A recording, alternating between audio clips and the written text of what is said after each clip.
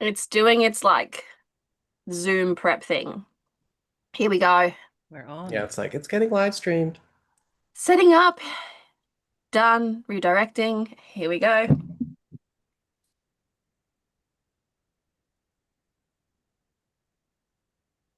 And we're live.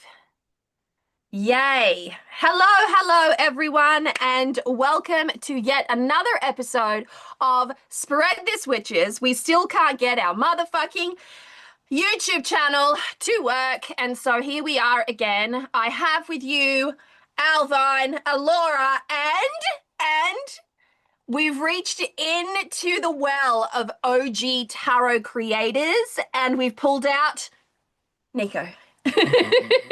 Hello. Son of Celine. Son of Celine, Scarlet Moon. There's a story behind all of that. Yes. We'd love to hear it. I was going to Oh, yeah, ask you'll you get it, because 'cause it's you very commented on relevant. Instagram and I'm like, yeah, something, something. And then Alora goes, that's Nico. And I'm like, what? Yeah. Well, I mean, Oh what my what made you gosh. guys I mean, what you guys started this up again? We haven't spoken. We haven't really had seen anything like this in like 8 years, which to me it's kind Me of now. like 8 years is when it all went to hell. Where have you guys been? What's up? Well, I made a tarot deck in that time, so. Okay, well, you kick ass. Yeah. We can't all be cool like you, okay, No, we can't. man? I'm working with my baby today because somebody told me that I should promote myself more. So No, I think Agreed. here I am. So here I am. I was actually speaking of this in terms of like Australians versus Americans, not versus, but comparatively speaking. Like you guys have a very different, more hustle style structure over there in which people are like hungry for shit. Like they have no problem self-promoting. Like it comes very natural. Whereas Australia, we have something called the tall poppy syndrome, and you don't want to speak the loudest, you don't want to put your hand up at any point in time. We are constantly in this like we live in this space of like apathy almost. Mm. Everything's just like beers and conversation, but you don't yell because you're a cunt if you yell. Oh yeah. Uh, When I lived over there, I used to say like, people would be talking about different political this or whatever. And I'd be like, are you kidding? It would take an act of the gods for Australians to riot. Like nobody cares. Nobody cares that much. You're just like, whatever. It'll We be just want to right. go camping and drink beer. Like this is legit, the feeling. that sounds Mhm. nice though. Camping in Yeah. beer. I mean, it's a Yeah. wild adventure in Australia, really. I ran over Yeah, a but snake the meanwhile in other day and it America, was we're celebrating being wrecked. Like if you don't have at least six things wrong with you, you're not, you Cool. know, Legitimate. American. You don't have a oh right to gosh. speak. Mm. Well, I mean, guys, we're going to let's talk jump about into it. yeah. Let's get into it because we're going to be talking about the homogenization of tarot and witchcraft. We're not going to be mean, but we are going to be truthful, and we are just going to share with you our very personal experiences. Our credentials are as such. We've been working with tarot for more than 20 plus years. That's collectively speaking, okay? We have contributed to the tarot community. We have created content for the tarot community. Some of us have created decks, others have created books, others have created services galore, and others have just simply fostered a super deep and meaningful connection with their tarot practice. Some of us, I'm not pointing the finger, have stepped away for a little bit, then come back, but still has her collection, has her understanding, and has something pretty fucking cool to say about this whole entire situation. So that's my introduction.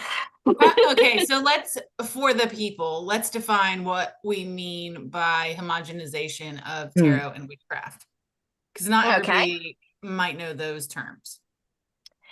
Well, if we can just step aside from that word a little bit, what we're talking about here is performative tarot versus authentic tarot. We're talking about tarot advertising, performative social media, look at me kind of tarot versus the tarot practices of those who are sitting in a room, much like the one that I'm in now, doing professional reading after reading for client, studying the books, doing the courses if there are any, participating in the community in a completely different capacity rather than performative.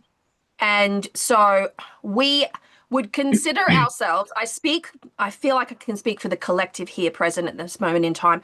We are tarot readers from an authentic perspective. Like, we've done the study, we've done the books, we've done the content, we've read for countless people, and we consistently work on our tarot practices. I, for one, do. Like, I just floated the idea with Alvine and Alora just a couple of weeks ago. I'm like, we need a tarot study group, like a really good, like, tarot study group, just for us, just for like those, like, people who just want a space in which we can sort of bounce ideas, like more complex, more established tarot concepts and ideas. It's not a teaching space, it's a learning space. And so we're in the background still learning. Well, it's also, I think it's it's a testament to what you honor about your craft. Even comedians that are truly dedicated to their craft still go to open mic nights and Mhm. perform for free, and they sharpen their skills. They're not going, well, I found an act that works for me. Let me just pimp and whore it, which is what I would say homogenization in this case is, until everyone's tired of me or the trend goes away. Mm. They're honestly like they're still caring about their craft. Every artist has a sketchbook if they're an artist. Every writer is jotting down ideas in a journal. Having a study group, doing your tarot, or even using tarot for magic is still a part of honoring the fact that it's an art and you're an artist, Mm. if you are. Exactly. I Very agree. well said. Very well said.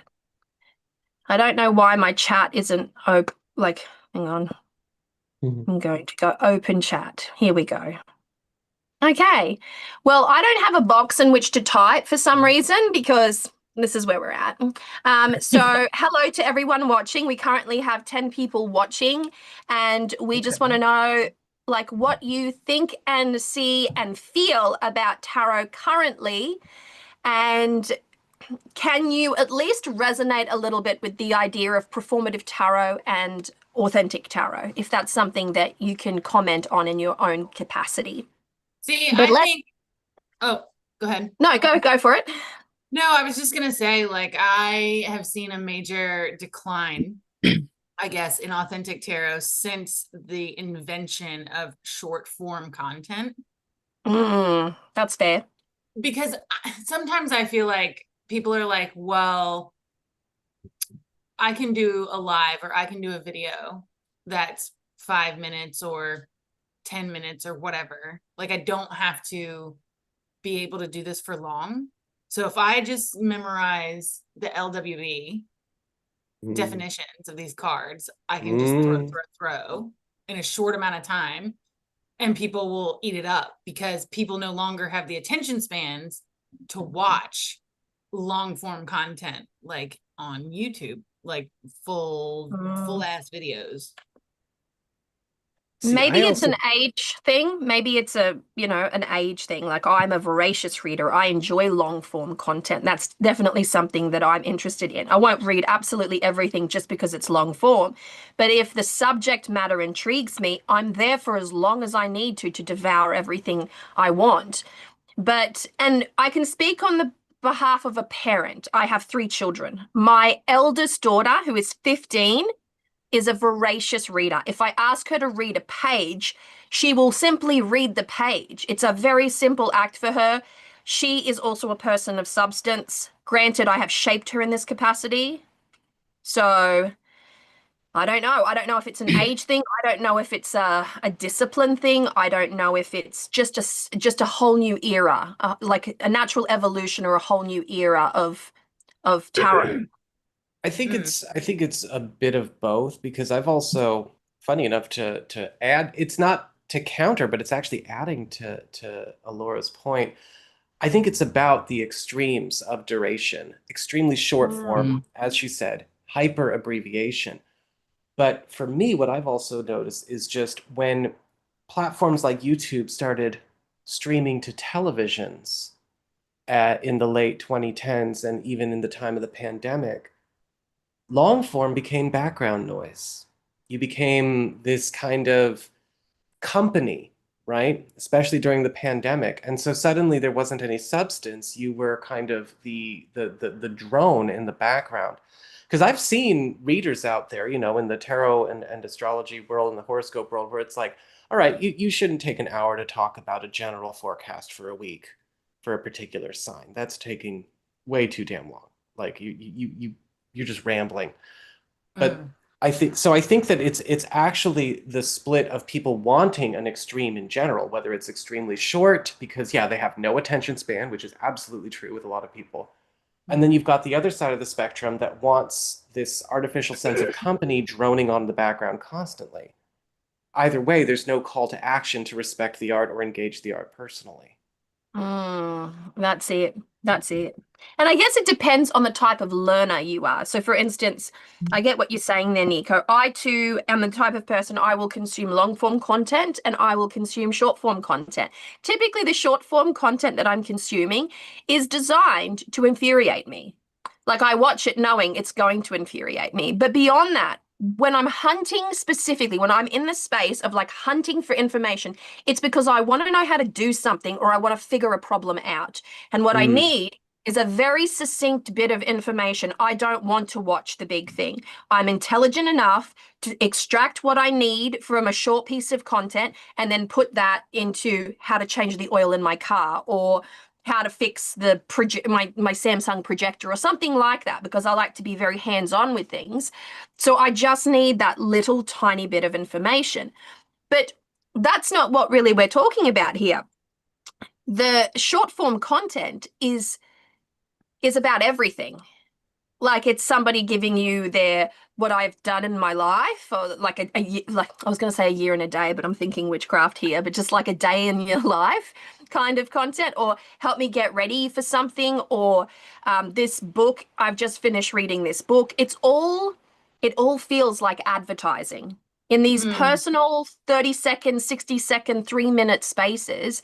Yes, you're watching it. You don't even realize that you're actively being advertised to. Mm. Like you're yeah. consuming this, going, oh, that's a great idea. Oh, I really like that fountain pen, even though it's not about the fountain pen. But because you've seen it, you're just like, oh, if I get the fountain pen and I get the journal and I light my candle at the end of the day, I too can be this aesthetic. I too can be this at peace. I too can feel what this video is making me feel. But for myself, like I think advertising and profiteering is at the very heart of these, like short form advertising. Well, I was It, just it, saying, like, my point in saying that though is that when short form content became mainstream, became popular, I think it encouraged a lot of this performative tarot and witchcraft to be taking place. Because no longer did you have to, how do I put it? I Very mean, deep.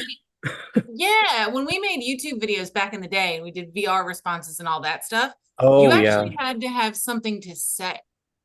right. It wasn't a 30-second blip. You know what I mean? Does I that make do. sense? Yeah. And people would come Mm. after you if all you tried was a 30-second blip or That's you had nothing to right. say. They There was would. you had to be accountable for the contribution you didn't make. I think that a big part of this is it is definitely the advertising. There's no denying the conglomeration effort or the commercialization of it. But I also think I think there is a certain personality type and a certain community type that got very attracted to the ease of the notion of, say, oh, I don't know, ad revenue, monetization, as well as the attention or the artificial sense of instant community that can come from feeling like you match an aesthetic.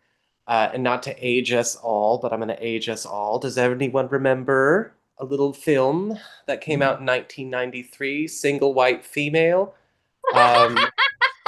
because that's what I think has happened to the tarot community and the astrology Mm. world, And you the know, witchcraft world as and the well, I would witchcraft say. and all of it. And I honestly try really hard not to come in and be like, okay, well, here comes the Xennial, born in 85, trying to wag his finger at the youngins, at Gen Z and Gen Alpha, because you know what? It's what, from my vantage, what I've observed, it's also people my age in their 40s and older.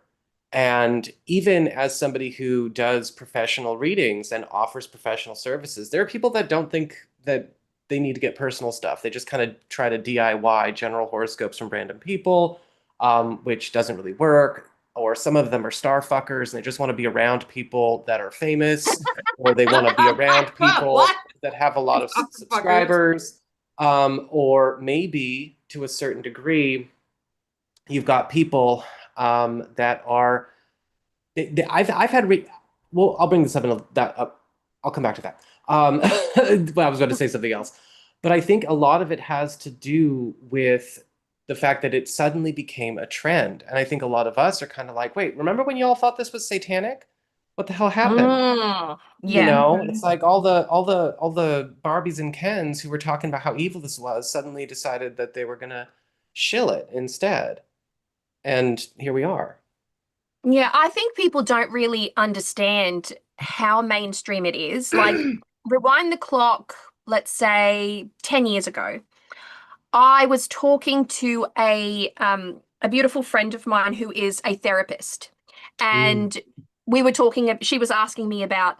Of course, she was asking me. She's a therapist. She was asking me about tarot and oracle, and we struck up this great conversation in which she was saying, I'm a part of a larger practice in which many of the other psychologists and psychiatrists actually work with concepts in oracle and tarot as part of an archetypal healing experience to demonstrate things like identity and archetypes and things of that nature. So it became a much more ingrained kind of healing tool.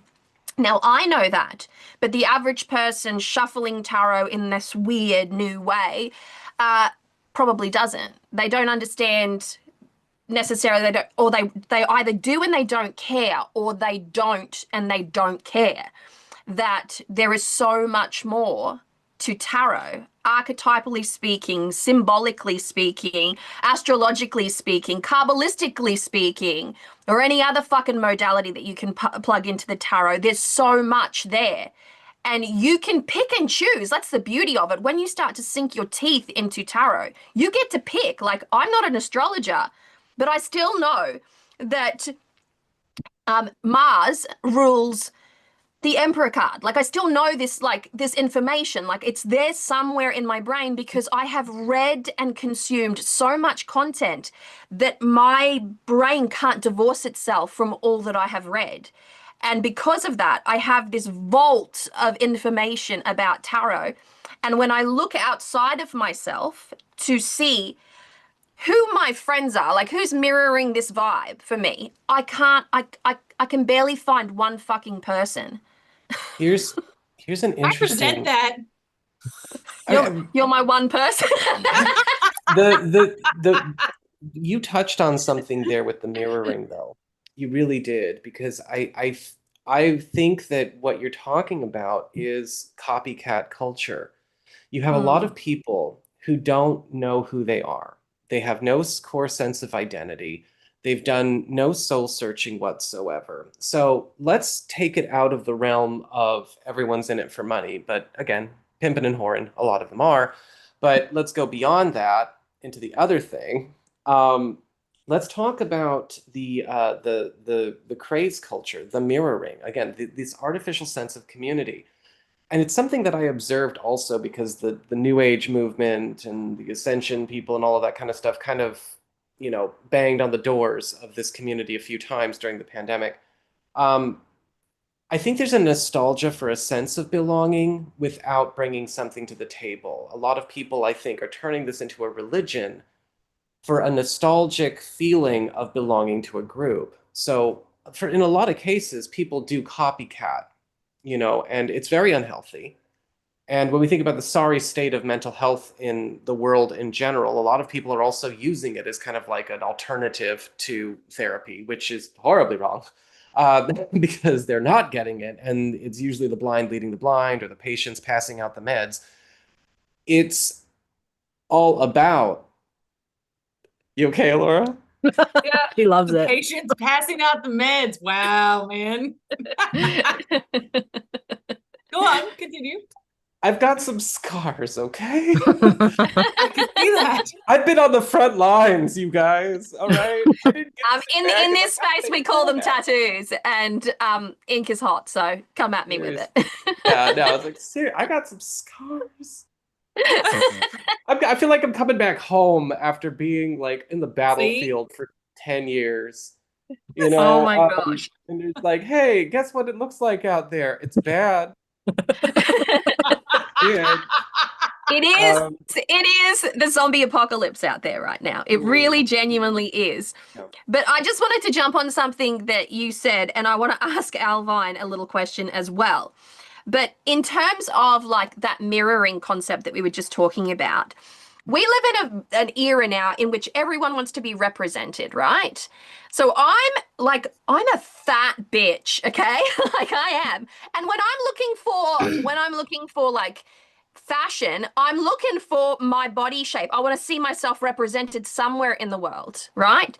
People crave that kind of connection, that similarity. Like if you look like me, your hair's like mine, your skin's like mine, your style's like mine. Like we're constantly looking for the thing that we belong in, where our little niche, our little pockets. And I can honestly say there are probably 10 people in the world of tarot, moving through tarot, that I genuinely feel like either know a fuckload more than me, and which I love, or just about as much, or a little bit less, but it doesn't matter. Like just like that whole, I'm just looking for that. Like, and so I found Alvine. She's super into it. Laura, she's OG. Nico, we know each other.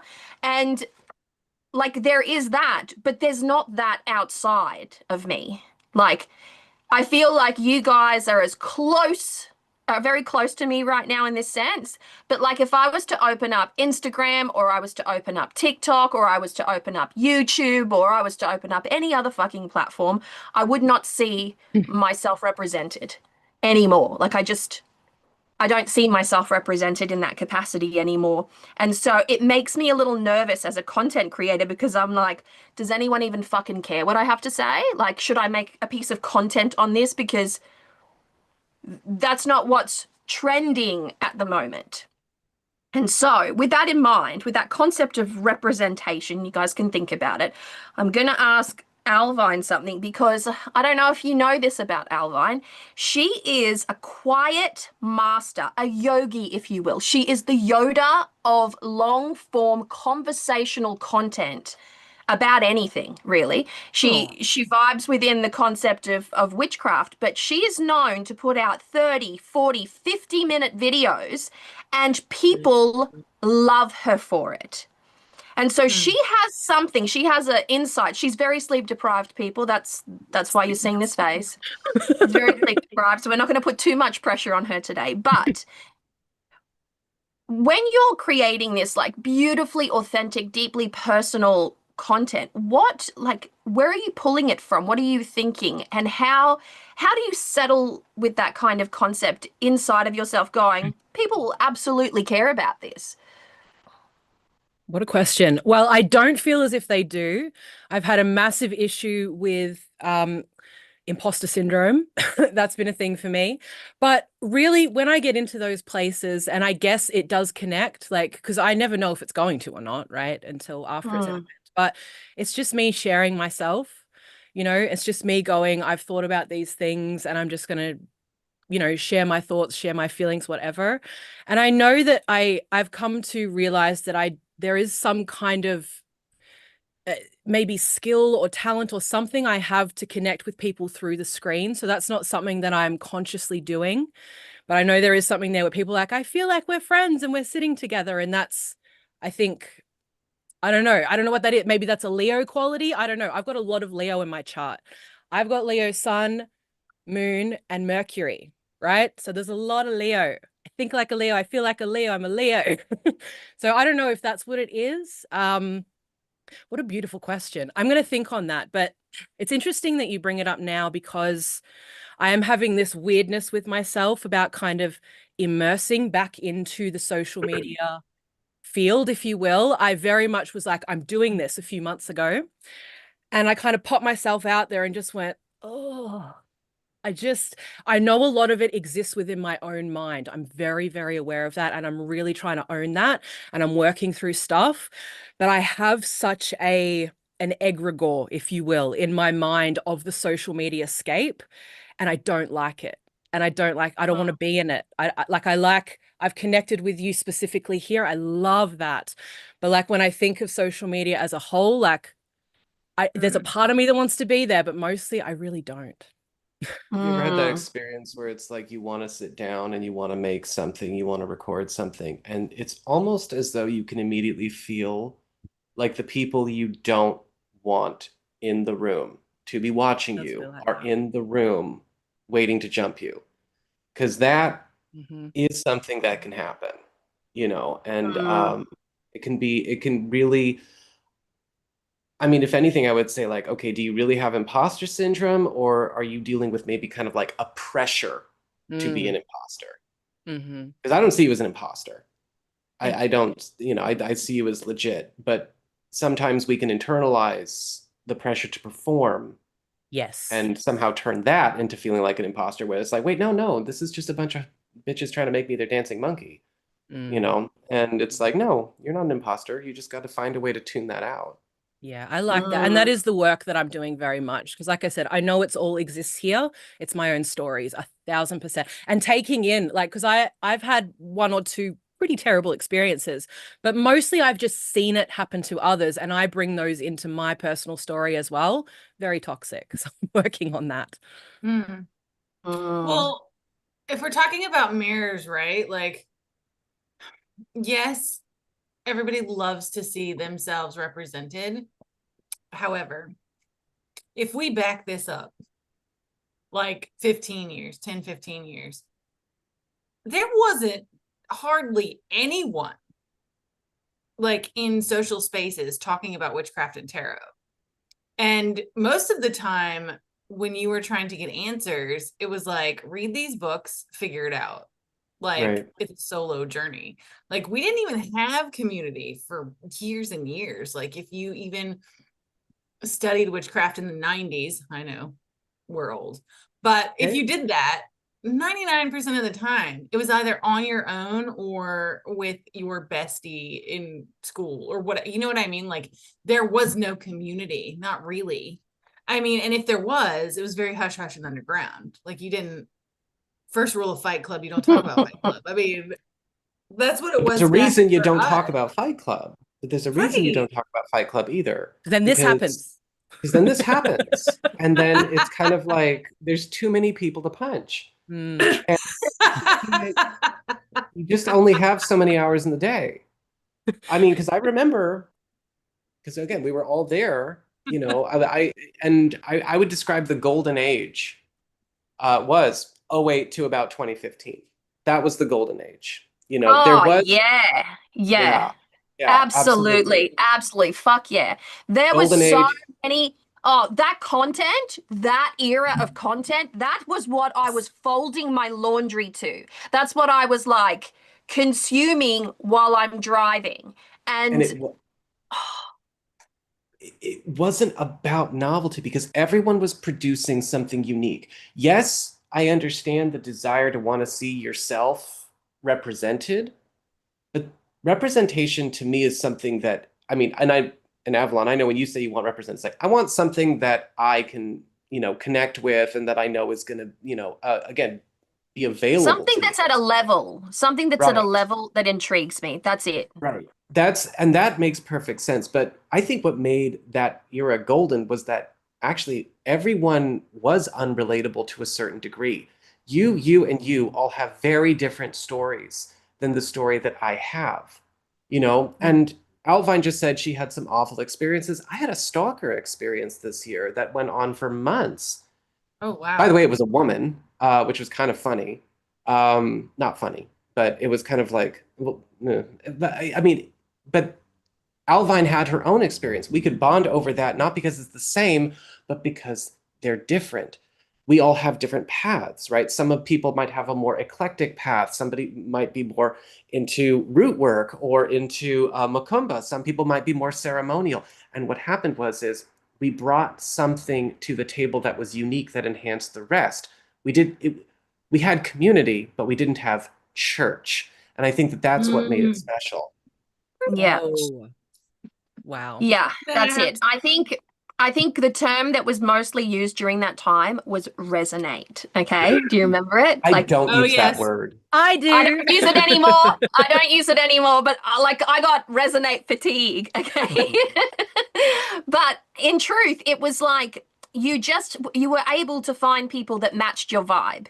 Not mirrored your vibe, but matched your vibe. Same intensity, similar, dissimilar experience, but something that's fascinating and that's so much on par with where you are that you can't help but consume or be like voracious about this content. That was the landscape back then.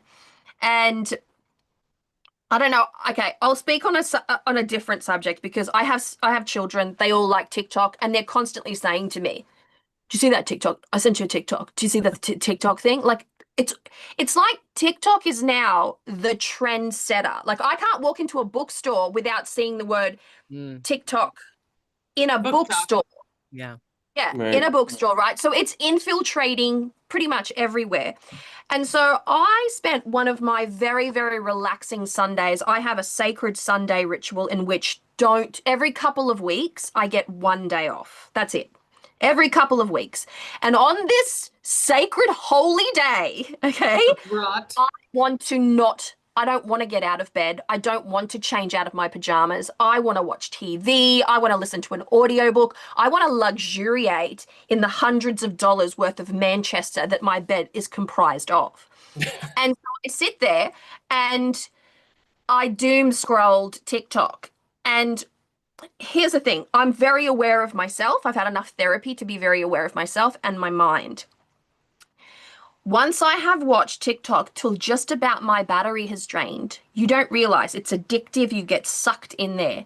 You just start going like this after a while. You don't even you consume but words like there's a swipe, there's a swipe, and you just keep doing it. You're not even aware that you're not getting anything out of it anymore. You become entranced by it. And then when you finally put down the device and you disconnect, my brain feels like an empty space, like a completely empty space. It's like either I have overloaded myself or underloaded myself in some capacity, but the feeling is not good. I have to go outside. I have to go barefoot in the grass. I have to ground and ground. And Touch what I've grass, they discovered for say. myself, exactly. What I've discovered for myself is that it's so much harder to ground because your brain, your mind feels completely disconnected from your body, like completely. You just like you're in this like overwhelmed kind of headspace. You're not even aware of your arms and legs after a point in time. And so I force myself out into the sunlight and I force myself to do these things because I am self-aware. What about those people that are not? And there are many that are not. Like they are there, they are consuming content on such a extraordinarily large base, like 5 hours of social media content a day, right? What do they do to counterbalance that? Because if you know, like, I did something wrong, like I ate all the chocolate, I watched 5 hours worth of TikTok, I overdid something, you can, as a self-aware person, age is not a factor in this statement, by the way. As a self-aware person, you can get up, you can hydrate, you can eat some root vegetables to ground yourself, you can go for a walk out in nature, you can just sit outside for a minute and just like recalibrate to the best of your ability. But the average person is not that aware. I feel like that's a very witchy kind of spiritual kind of awareness, that if you've been sucked into the machine of social media, it takes something away from you. So you have to go and replenish. It You've takes hunted and all, gathered, like but you you've have got no attention food. fatigue or something. Like you've given this thing so much attention, you get attention fatigue. You have to go and you have to replenish. And so the average person in the witchy kind of spiritual space understands the concept of grounding, centering, drawing back your energy. Like these are metaphysical concepts, but the average person does not.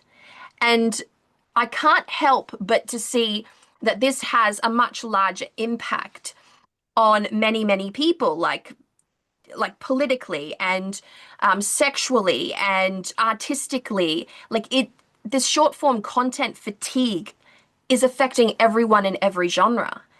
But I think what makes this conversation that we're having rather special is that we can at least speak on it from the perspective of tarot and witchcraft.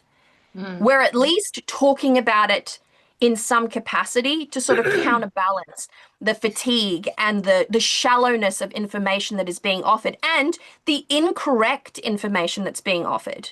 Like I went recently on a bit of a rampage after I saw some piece of short form content where a Please girl tell was us what it was. Please I would tell us pay to what it watch you was. go on a rampage in real life, by the way. I would just pay.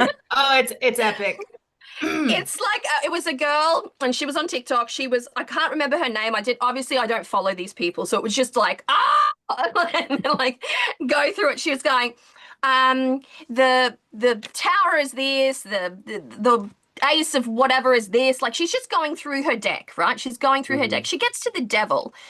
This is about all I remember because, like I said, I was furious. I saw I saw red red. She, and called me. she's like, the devil, it's not even that bad a card. It's just like a bad haircut. And then she moved on to the next card. And I just thought I had a visceral reaction to this information. And oh my God, I was ranting for weeks. Anyone who I saw who vaguely understands tarot, and even people that don't, I was just like, and this video, what I took note of two things: the stupidness of it and the amount of people that had liked it.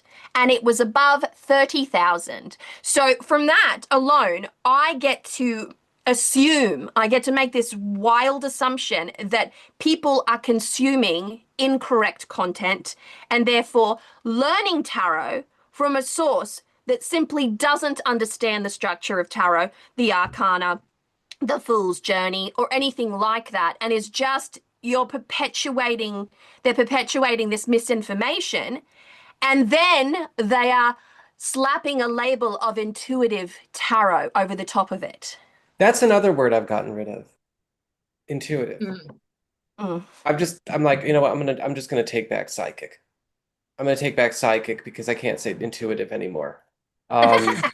It's been I'm sorry, like I don't mean to, I mean I know there are plenty of witches who prefer intuitive. Some people don't like the connotation of the word psychic. I'm like, I'm sorry, but intuitive, resonate, save it if you can, but it's been kind of, I'm not holding it against any legit people who use them. I'm just kind of like, I can't hear it anymore. Mm. You know, and but to your point, you know, one of the things that I would say is I believe there is a certain narcissistic relationship between consumer and creator in what you're talking about, Avalon. Because going back to what you were saying before, people do want to feel like they can relate to a certain extent to the person that is producing the content. But to Avalon's point, where it's, you know, they might match your energy, but they're not mirroring it. A lot of these people are just looking for something that mirrors, because I can clock what you're talking about, not just with the rise of short form, but also the rise of anti-intellectualism in our culture as well. People don't want to see, and it doesn't matter what demographic you're talking about, they don't want to see somebody that makes them feel like they're not smart enough, or they're not already tapped in, or they're not already a part of it. And I can't tell you how many circles that have fallen apart, and even our community kind of fell apart because of that invasion. It's like, I don't want to deal with that anymore. You know, it's very classic high school, right? The mean girls, you know, kind of ousting the girl who actually likes to read. Even if we like the same thing, how dare you tell me too much about that? How dare you make me self-conscious about what I don't know by not chewing it for me? And so there Oh, is this kind of, again, it's the overt narcissist making the content for the covert narcissist, and that's the loop that I think a lot of people are caught in. mm. There's that. You're absolutely right, because there is that covert narcissism in the consumptive side of social media, in which you're just like, I don't want to consume this piece of content because it makes me feel shit about myself. Like there's that, irregardless of whether or not that piece of content could inform you of something that you didn't know or present an argument to you that you haven't yet thought about. You know, like it could benefit you in some capacity. The refusal to consume it is the issue. It speaks volumes. So, and this is where I feel like haters come into play. Like like the average hater, I have many, as I'm sure you all do as well. Um, they don't know me. They've never had a conversation with me. They've never seen me drive. They don't know my children. They don't know my parenting. So they just don't know me. And yet, anytime I open my mouth, there is there's this there's some hater in some corner of the world going, "You're a fucking cunt," like in some capacity. Because they don't like my face or the sound of my voice. It's got nothing to do with what's coming out of my mouth necessarily. When you don't like something, you can make anything that person does out to be a personal attack. Like, look at that bitch with her stupid fucking shiny hair talking about XYZ. Like, she's not But doing I like anything. her shiny hair.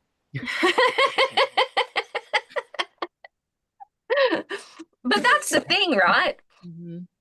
And I feel like this is where the homogenization, where that disparity occurs. Like, tarot is not what I remember it to be. And I can't help but think, like, I would love to talk to someone like Mary Kate Greer about this. And we actually, I don't know if you remember this, Nico, but we actually had Rachel Pollack and Mary Kate Greer on Spread This Witches. Yes, I do remember that. Was that like Yeah. early 2016 or how No, I recent think was it was that? about 2018 or something Oh, like that. 2018. Okay. Yeah. Yeah, it was like right. It was a teen. I remember that. Yeah, because I'd already moved to Tasmania. Like the last time you and I hung out on Spread This Witches, I was living in the north of Australia. I'm now in the deep Right. south. As south as it So gets. as south as it gets, like the nearest continent to me after this is Antarctica. We should go there. That's, I'm all Yes. the way It'll be down so there. fun.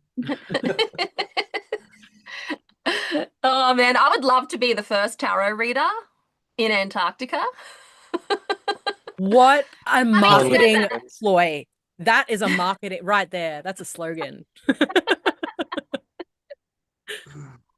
oh, I'm sure there's many people. We have an Antarctic division here as part of local government, or not local government, but state government. And they're constantly doing like trips to Antarctica. So there's a massive amount of people going and infrastructure that needs to be upheld and that kind of thing. So I dare say that there is someone there that has a deck of cards. Like the odds are ever in our favor for that one. Mhm. It is so mainstream now that if it's not a That's tarot true. deck, it's an oracle deck. Mhm. Oh, well, I've had plenty of thoughts about Oracle decks, but Tell I us. mean, actually, the Oracle deck experience is pretty emblematic of what we're talking about, though. I don't think there's anything wrong with Oracle decks if they're good, but I think Mm, that when you have this sort of people are looking for a drug, spirituality has become the drug. It's become the yeah. sedative, it's become the opiate. They want to To disassociate, so they want the good stuff. Well, and what you said a moment ago stuck out to me because it's excuse me, when you said somebody could just flip out on you just because you're there. I have a weird little nerdy theory about that. I think to a certain degree, some people actually unconsciously have developed the kind of relationship with their phone or with their computer to the point where their mind is somehow registering it as a person. And so you're getting the lashback of them screaming at their computer or their phone, how dare you show this to me? How dare you bring this up to me? Almost like a relationship with an abuser, but their abuser is their phone. Their abuser is their computer. And I feel like to a certain extent that is something that a lot of people are not cognizant of. But when we talk about things like grounding and recentering and resetting yourself, going back a little bit, sorry, you know what I do? I go back. That stuff is talked about. It's talked about a lot in the mainstream spiritual world. It's just talk, but it's there. You know, how many people are out there? Oh, I'm going to go ground. I'm going to go reset my vibe. I want to, oh God, if we can come back and talk about the bastardization of hermetics at some point. You know, I'm actually thinking about starting a series because it's like, you want to talk about inclusivity and mindlessness and all of that. Like, there's so much I want to say about the whole like law of attraction community, and just like as somebody with OCD, you know, and most of my friends are like OCD or have Tourette's or schizophrenic. It's like, I want to talk to you about why you shouldn't be telling people every thought is manifesting reality. I mean, it's not doing anything for you, but there's also a lot of hell to pay for, you know, just misunderstanding it anyway. A lot of this stuff is out there. A lot of this stuff is already out there. But it's an exercise. You know, how, I don't, maybe I'm just bitter and grizzled, but I think that a lot of people are just happy for the feeling of being in the crowd. They're choosing not to scratch beneath the surface. They're choosing to turn it into the Ricky Lake psychic show experience. They're indulging it, and maybe that's the people they always were. And it's up to us to take this community back. It's gotten very mob mentality now. Yeah. And Alvine, I don't remember when you said this because I did edit like 5 episodes of our podcast in a row. So I feel, to me, it was recent, but you were talking about this was in our witch trials episode, and you're talking about mob mentality and where does the mob live in you? Like, that was a really great moment to highlight, because I think it's the same thing. Like, social media is the mob. It really is. Like, you jump on a train so fast. Like, you can jump on a social media train so fast. Why? Because it's largely harmless and you feel part of a greater movement as a result of it. Like, very recently on TikTok, I discovered that I'm in group 7. What does that mean? What does this mean exactly? What does this mean? It was some beautiful musician doing a social experiment, and she basically did 7 or 8 or something like that videos.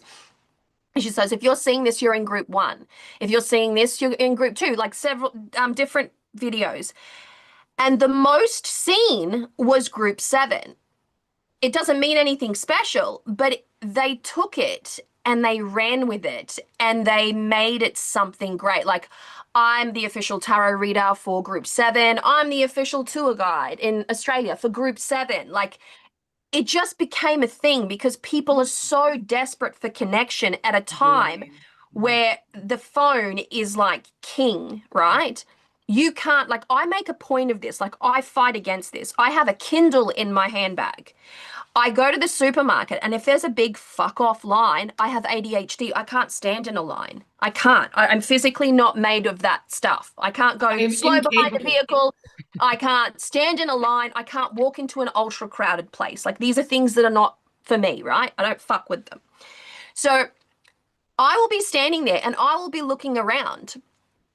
Everyone is on their phone. Old granny next to me, young dude over there. I bet you if the checkout chicks could be on their phone streaming something while they're doing their job, they fucking would be as well. Like, right up everyone into is the Bluetooth. hypnotized by like social media. And so I reach into my handbag going, okay, I have a full trolley. The person in front of me has a full trolley, and the person in front of them has a full trolley. I know I'm going to be here for a while, and looking around at people makes you look like a fucking weirdo. So what do? I grab my book, I grab my Kindle, and I read. and I read, but I'm still consciously aware of the fact that I am staring at a device. Even though I'm reading a book, Mm. I'm still aware of the fact. If I was to pull out a book, I think I would feel much better about it. But I don't want to put a book in my handbag because it's a handbag. So, do you see what I mean? Like, I'm constantly thinking about this. I'm constantly thinking of ways in which I can divorce myself from my phone in some capacity. I had my hair done yesterday. I had my phone out because I was expecting my son off the bus, so I had reason to have it there, and I had my Kindle out. And then it came time for me to put like the color or wash the color out of my hair. And the hairdresser said to me, thoughtfully enough, she goes, "Do you want your phone?" And I went, "No." She's like, "Are you sure?" I'm like, "No, I can be within my imagination." And so I just daydream. Like, I fucking daydream. I give myself the permission to just sit there and daydream. And I feel sad for people who don't do that, who don't give their mind that space to just like, Stretch. ah, sex with Chris Hemsworth. You know, like, Do yourself a favor. Allow it. Allow it. you're in control of your own mind. You can build whatever world, whatever universe. And I get it. Some people have aphantasia, and so that sucks, but you can sense it. My little sister, I found out, she's in her 40s. She just discovered that she has aphantasia. And I'm like, I beg your fucking pardon?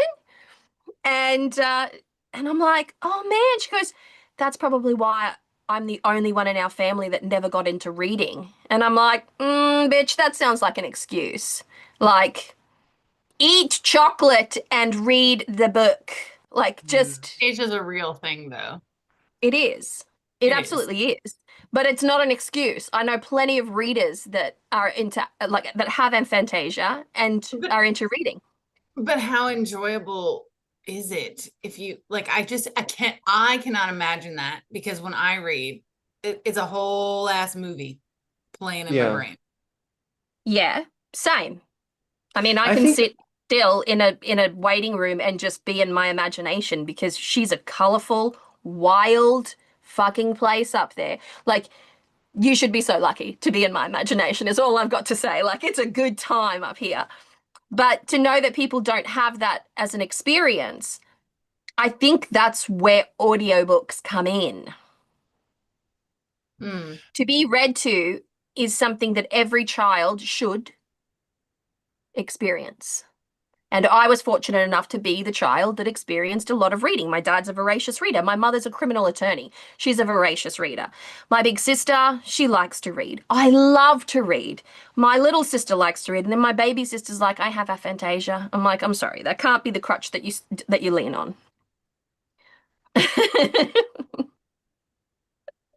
I feel very strongly about this. And so, looping it back, can somebody tell me what you believe the damage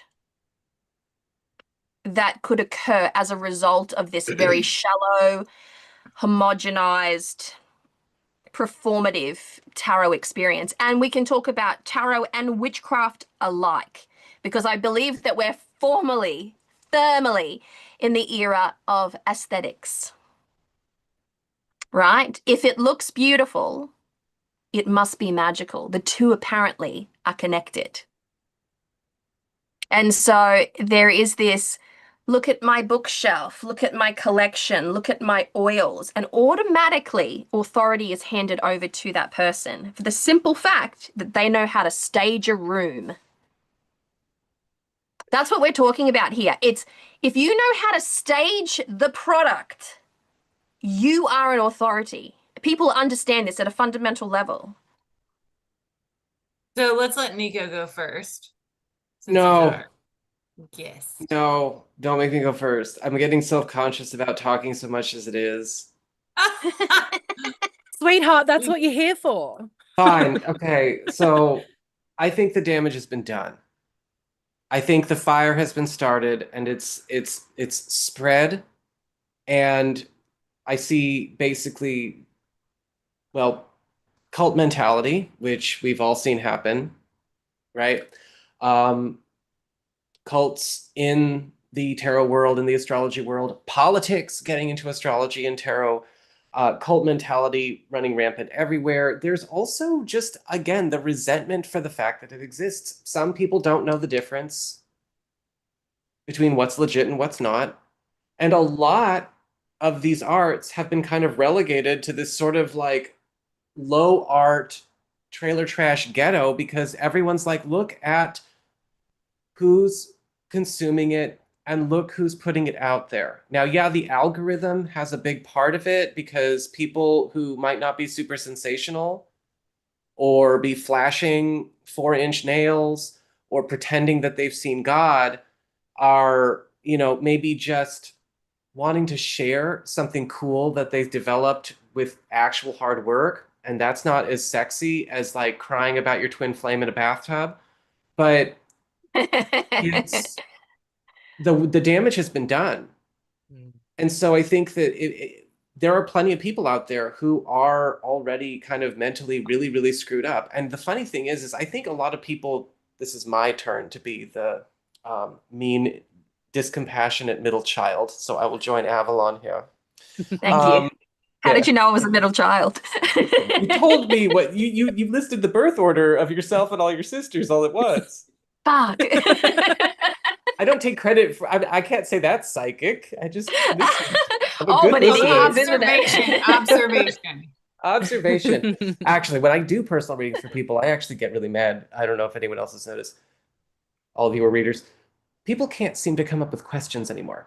Now, my reading style is I need specific questions. The only reason I put general out there on YouTube is because when you're reading for thousands of people, there's no way to know when everyone's born, and there's no way to know what's going on. So you can look at the traffic and the weather for those particular populations, and that's about it. But nobody seems to know how to ask a specific question anymore. And I'm like, you either tell me nothing, or you write a ream. And I'm like, I'm not taking on all this energy. I'm not going to let my senses get blighted before we even begin. Like, you need to figure it out. I think that what's happened is a lot of people signed up for this, and they're kind of doubling down on the toxicity of it all, right? They're not capable of respecting the art or showing up for it. They like the whoredom. They like the cult mentality. And I'm sorry, this is where, again, going back to me not being compassionate, I think people know when they're joining a cult and they don't care. I think that a lot of people know when they're joining a cult and maybe they're at the end of their rope and they don't give a shit, but they know what they're doing. I'm not saying it's okay. I'm not saying what happens to them is okay. I'm just saying I think some people know. Just kind of like people who take a risk, in any other kind of situation, to a certain degree, know that they're doing something that's probably not smart. And so a lot of things that are happening here are only getting worse because people are too afraid to stop being this way. They're afraid to stop and admit, I fucked up. I fucked up in this practice. I've been lying to my clients. I've been lying to my viewers. I've been misrepresenting tarot. I've been misrepresenting astrology. I've been misrepresenting the spiritual arts. Some of these people are also the people who are kind of creating this idea that witchcraft is bad, but tarot and astrology and shamanism are good, right? If you sub out witch for shaman, everything's okay. That's an aesthetic choice. I can't tell you how many times I post a video on my YouTube channel and I'll see like 60 people disappear because it's like, okay, we're going to talk about a goddess today. Oh, it's a dark goddess, by the way. A dark goddess who's not done nearly the fucked up shit that all the love goddesses you guys watch over and fawn over do. It's like, there's some love goddesses that could be Me Too'd into eternity and probably, when you think about it. But people don't think that way. They only think with aesthetic. The damage has already been done. I don't know if it can get much worse except a total hardcore reset. But people like you and people like me will be okay during that reset. Maybe that's an inevitability. I think there's some self-abandonment that happens there at the same time as well.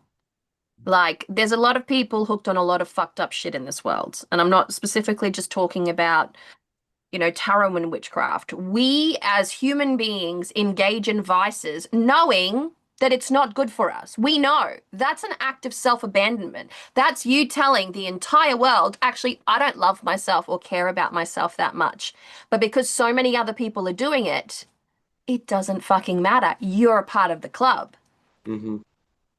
And so you can then bond on your mutual fuckery, if you will, right? Like I'm the type of person that I have been a smoker in my life. I have been addicted to sugar, like a gluttonous fucking eater. Like I have had my vices and I have fed my vices. But there comes a point where I pull myself up. It's self-discipline. I just go, enough's fucking enough. Like this is fucking stupid. I never watch reality TV. I found myself consuming 3 days worth of Love Island. Ooh, Yeah, yeah. ooh. And I was That's like, and going down it too. was so fucking viscerally like disturbing. I hate the way it's filmed. I hate the structure of it. I hate what is allowed. And yet I'm hate watching this shit going, just so I can sit there and go, you dumb, you Yeah, dumb, these people you are dumb. dumber than boxes of hair. You It's crashed yeah, out. You should oof. be embarrassed. Like, but yet I'm there for it. I'm consuming it. So I'm part of the problem in that situation. So I've had to just go, no, no, no, no, no, no. We're not doing that anymore. So it's up to you. Well, You have to save yourself. Like you have to fucking save yourself.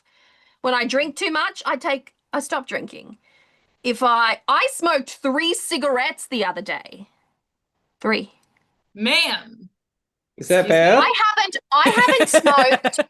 I haven't smoked in about 20, almost 30 years. Okay, fine. So I smoked I three.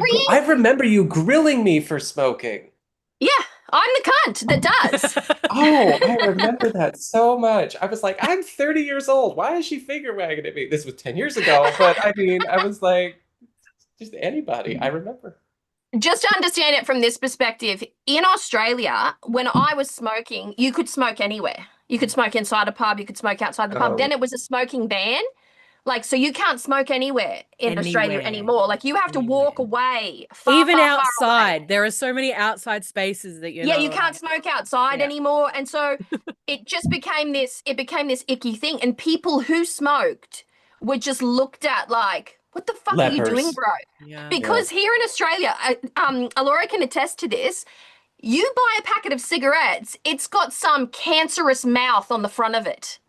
It's got Disgusting some stuff. Disgusting disgusting pictures. fucking Yeah. foot that's rotted and necrotic on the front of it to traumatize you into thinking this is fucking bad. So I am socially conditioned to go, hey, what the fuck are you doing? I'm socially Yeah, conditioned, like Well, I'm genuinely see, conditioned to it. but for Americans, we look at that and go, this ain't gonna do shit. Like, Those you're crazy gonna smoke. Aussies. What are they doing now? If you're gonna smoke, you're gonna smoke. But on the reality TV point, Mm. I find that I typically consume reality TV when I'm like, well, at least my life is not as bad as these fucking morons. Like, Oh, I see.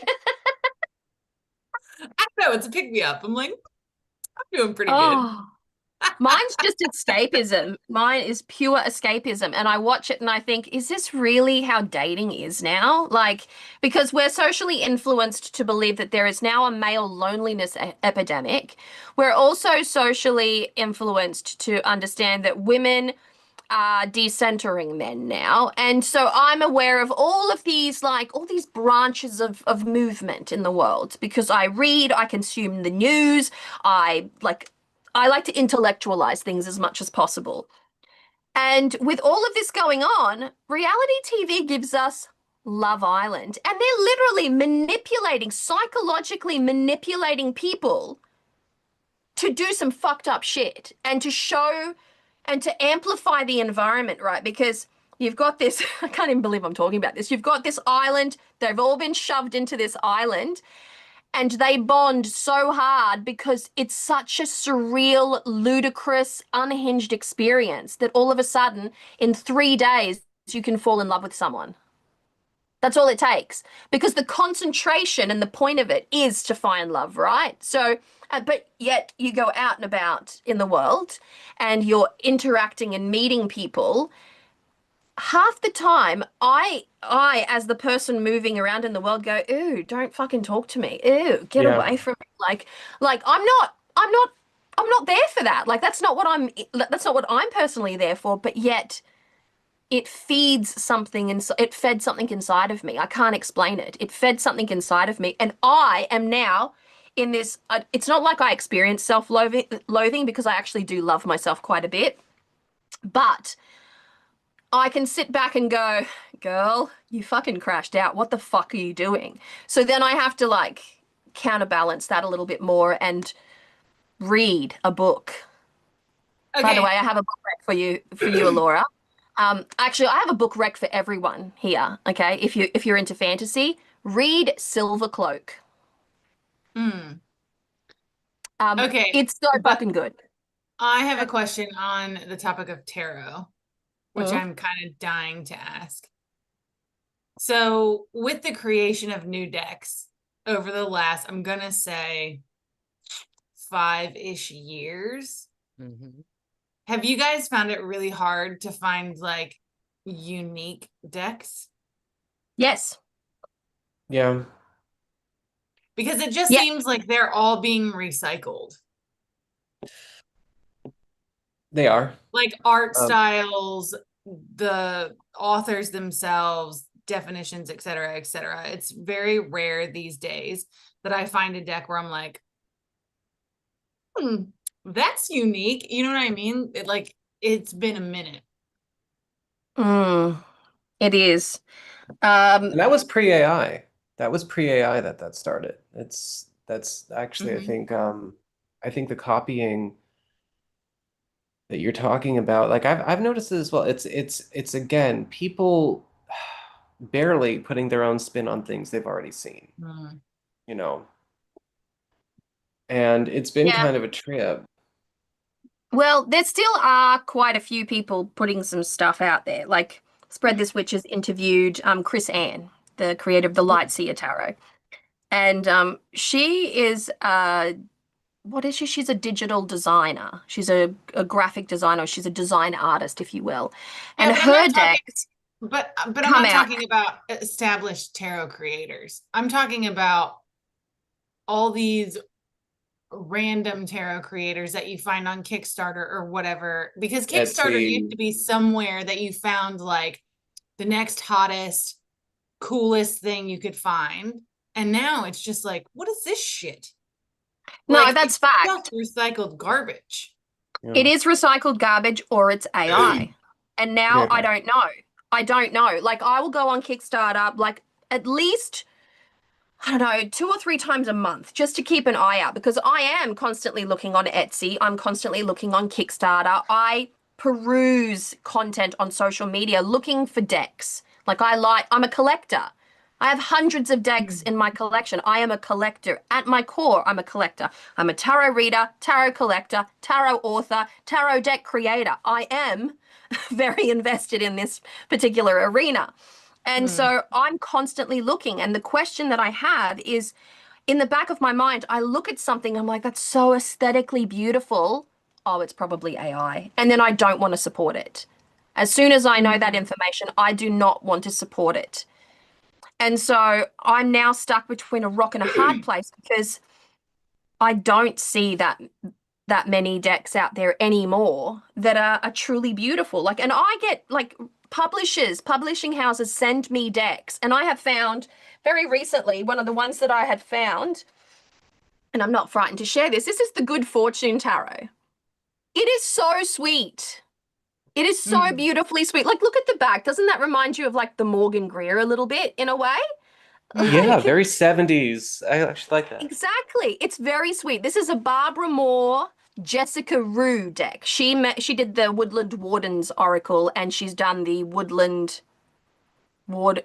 Maybe she's done a tarot deck anyway. But she was the artist for this, and because I followed the artist, my sister introduced me to the artist, and I followed her, and then I bought her course on what is that? Domestica, like a little art course, because it was a digital art course. I dabble Mm. in art on the side. I'm not good, but I dabble.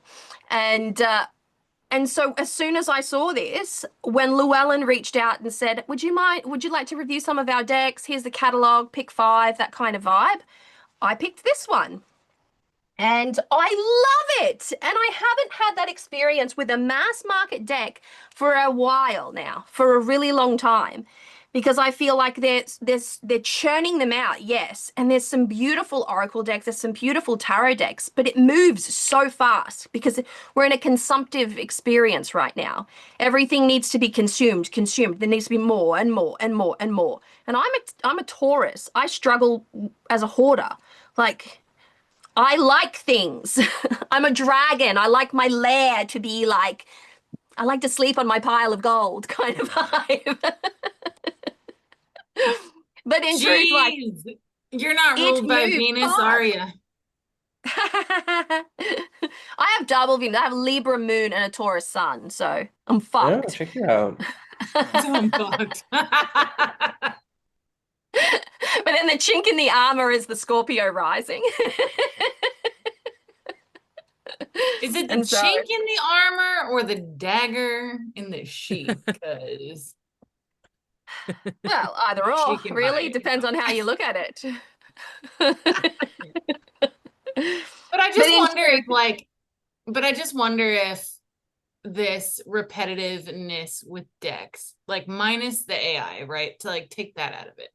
I'm just thinking about lack of creativity, imagination, uniqueness in deck creation, like on a mass scale, right? mm, Like, do you think that that correlates to social media and the amount of readers coming out of the woodwork and yes, that kind of stuff? Yes, Like, everyone's selling a thing. Yeah. Well, if yeah, you're not it's gonna, nothing new. the challenge that we're having here is nobody is raising the value of the conversation of anything that we're having yeah, spiritually. exactly. So there's no, if you're not going to raise the value, then it's always going to stay cheap. It's always going to stay mass produced. And if we're in an anti-intellectual kind of phase, which it's been for at least the last 4 or 5 years, the kids who are actually smart enough to talk about it or make the art or to discuss the history or approach the lore even with respectful curiosity are kept down. So of course it's going to be what's fast, what's easy, what's relatable, what's mass producible. I mean, I remember when we used to just kind of sit and bitch about how everything seemed to be taking from the Rider Waite Smith. Like, oh, Mm-hmm. why is everything based on that? Now look at where Yeah, we're at. Now it's almost like yeah, you throw a rock, you'll hit 3 decks that look exactly the same color palette, the same everything. And maybe only one of them's AI. 2 of those were done by people who knew what they were doing and they did it anyway. Mm. you're right. I can speak on it as a deck creator. I'm now like my deck launched in the world this September, early October, and it's about to arrive in America in some capacity, right? I know, And I'm so excited. good stuff, right? Good stuff. But what I've seen now are people reviewing. So, like, publishing houses have sent out the Bone Stone for early review, and I see people talking about it. And here's the criticism that, like, I don't, okay, I'm divorced enough from this experience now that everything is amusing to me. Okay. So, nothing of that I'm saying is a problem to me at all. But here's what I've picked out. There is too many cultural phenomenon in my deck. So I've pulled from all over the world, right? I've pulled my information from all over the world. And that's the biggest thing. It's like, oh my gosh, well, this is from this culture, that's from that culture, and this is from this culture, and that's from that culture, and rightfully so.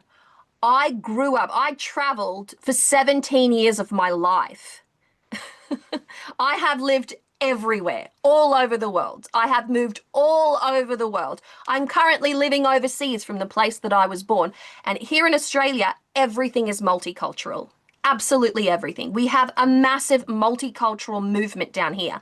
So, how can my worldview not be in the very thing that I created? What is the problem with my lens? That's what I'm asking. I'm just like, it's very curious to me. And I'm aware that there are people that have never left their hometown or have never left the country, full The stop. problem, there is no problem with it. You are just being thrown a problem that people don't really want to talk about, and that is either A, they don't see themselves in it, so Hmm. you've somehow betrayed or abandoned people you don't even know, which Mhm. is impossible. But if you create any kind of public content, you put it out there, people are going to accuse you of betraying and abandoning them all the time, even though, again, you can't really do that with people you don't know and don't know you. There's Mhm. also, I think, the fact that a lot of people are just conditioned to be angry, you know? And Mhm. in your A case, lot it of sounds kind anger. of, yeah, I was going to say, like, wait, you can't win in this situation politically either because it might be too diverse for the people on the far Exactly. right, and it's probably culturally appropriative to the people on the far left. So you're Exactly. probably doing something right anyway because you're pissing off all the right people. Mm. And that's fair. But I find like this is what I mean. Like we're talking about tarot decks coming out that are same. There is nothing same about my deck. The Bonestone is like nothing else. And this is a Mm. brand new deck on the market right now. And there's a reason why my deck sold out in 6 weeks. Yeah, and There's a reason. I can think of like I can sit here and list decks to you that are unlike any other deck I've seen before. Does that make sense? Like, so your deck, obviously, the Light Seers, that was new and different. Um, Vice versa tarot. I love that because nobody else has ever done that. Mm. Like, I have Mm. yet to see another deck do that. Also, what was the one? Revelations. That was cool as shit because it had like the upright and the reverse in one card, and it just depended which way the card came out. Like, Mm. well, like I can sit here and list off the top of my head the decks that have stuck with me versus the ones that have blended into oblivion, I guess you'd say. And you And always like as a deck creator, I would assume that you would want to be one of those decks that stands out. New Era Elements. How good is that one? that was so rad. That was so Right? rad. Ellie Piper So Shadow. There's triggery. one of my favorite decks is like now a collector's item, Arcus Arcanum Tarot. It Ooh. came out in '86, and it used to be really popular, and then it just stopped printing. Ooh. And I don't even use it anymore. I just kind of keep it hidden away with all my other nerdy comic booky kind of things. But it's apparently a collector's item now. Did you guys know that? Oh, I believe that. I believe I that. believe Yeah. it. It's they for some reason it stopped printing. Like if you ordered online, it's like it's going up in price. It's really strange. But Mm. that's one of the decks that I can think of that really stuck out to me because I like that old style. I like that really like gritty, again, kind of dark 70s, 80s fantasy kind of comic book, Beowulfy kind of vibe to it. So Yeah. Like Deviant Moon was really good Mhm. Oh, as a dark so fucking deck. good. Yeah, Did you like ever get your hands on his compendium? Like he wrote the Deviant Moon book. It's hard backed. It's massive. It looks like a old world, like a DK book kind of vibe, like it's massive. It's for the Deviant Moon. It came out many years after the Deviant Moon, but it's I such a don't cool book. I don't I know can that see I you guys getting your did. tarot. Give me two minutes. Oh yeah, you're good. I was like, I'm Um so sorry. Like, I have to pee. you're good, you're good. But I'll tell you something here. Like we have been around. I will not even say I, because we have been around for long enough to see tarot publishers come and go. mm-hmm. So if you don't believe me, I'm going to say the name of one publishing house for tarot, and then you'll all go, oh my God, nostalgia. Baba Studios. Yes, I remember them. The Victorian Romantic, the Bohemian Gothic, the Tarot of Prague, to name but a few. These were highly prized Sought after, decks. yeah. They were so sought after. I have the Victorian Romantics Tarot. Just look to see how much that is selling for right now. Mm. I have decks in my collection that are worth a lot of money. And this is why I shuffle them very carefully. But I also have to say, like nowadays, this is gonna sound I don't know how this is gonna sound, but while I love mass-produced decks, right? Like I'm kind of an indie girl now.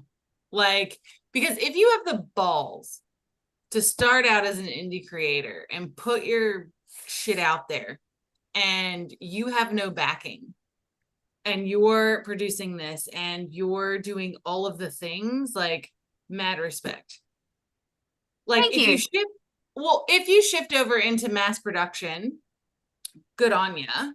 Like, you get a break. But I just feel like so much more effort goes into indie productions, and a lot of creators that I've seen over the years, that, like, a lot of the good creators, I will say, they have all started out as indie. You, Chris Ann, like, we could go, I mean, there's a list. Yeah. The Wild Unknown, Chris Kranz. Yep.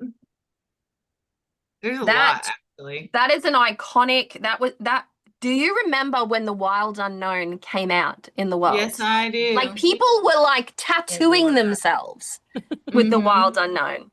I first saw The Wild Unknown on Joey Morris's channel. I might have too, actually. Oh, Lots of We were people were talking, making about it. Nico, while you were gone, we were talking about Barber Studio. Yeah, Ooh. Bob Studios. yeah. See that. Oh, I remember. I the remember. Bohemian Oh Gothic. yes, it wasn't displaced. It was just buried under years of The grizzle and trauma. Bohemian Gothic was excellent. Bohemian Gothic Tarot. Druidcraft Tarot was always one that stuck out to me. The deck was Yeah, I love that huge, one. but the Big fan. Druidcraft was one of my babies for the longest time. The I love that Wildwood. deck. Wildwood Tarot. That one I had a really hard. I used that for spells. I could never Yeah, get it's into it to great for read, witchcraft. but it's great for magic. And sometimes I'll have decks where I'm kind of like, you're for magic. You're not for reading. I can't read you, but you know, Canunos likes you, Bridget likes you. That I'm getting you for them, you know. And that's that Wildwood definitely I have saved for that, and that only. Yeah, there are Well- certain decks that are that way inclined. Laura, you got the is it the True Black? Yes. Yeah. What would you say? How would you say that deck sort of feels now? Because that's a legit piece of work. Yeah, so hold on, I'll grab it. Oh. While she's grabbing it, Alvine, what deck would you say you have put to work as far as spellcraft goes? And do you also use this deck for like just divinatory readings or life mapping and that stuff? Okay, I've got one other question. Let me quickly hit, and then I'll answer that. So, someone asked Alvine, which deck was that? I think you're asking about the cards that I was holding up. That was from Avalon's Bonestone. Okay. If that was the one that you're asking about. So that's this one. Yes. Yeah. This one. Yes. I just want to show off some cards because it's the best deck. So in terms of spellcraft, I have a Rider-Waite deck that I have dedicated to that. Most of the time, that's the one I reach for.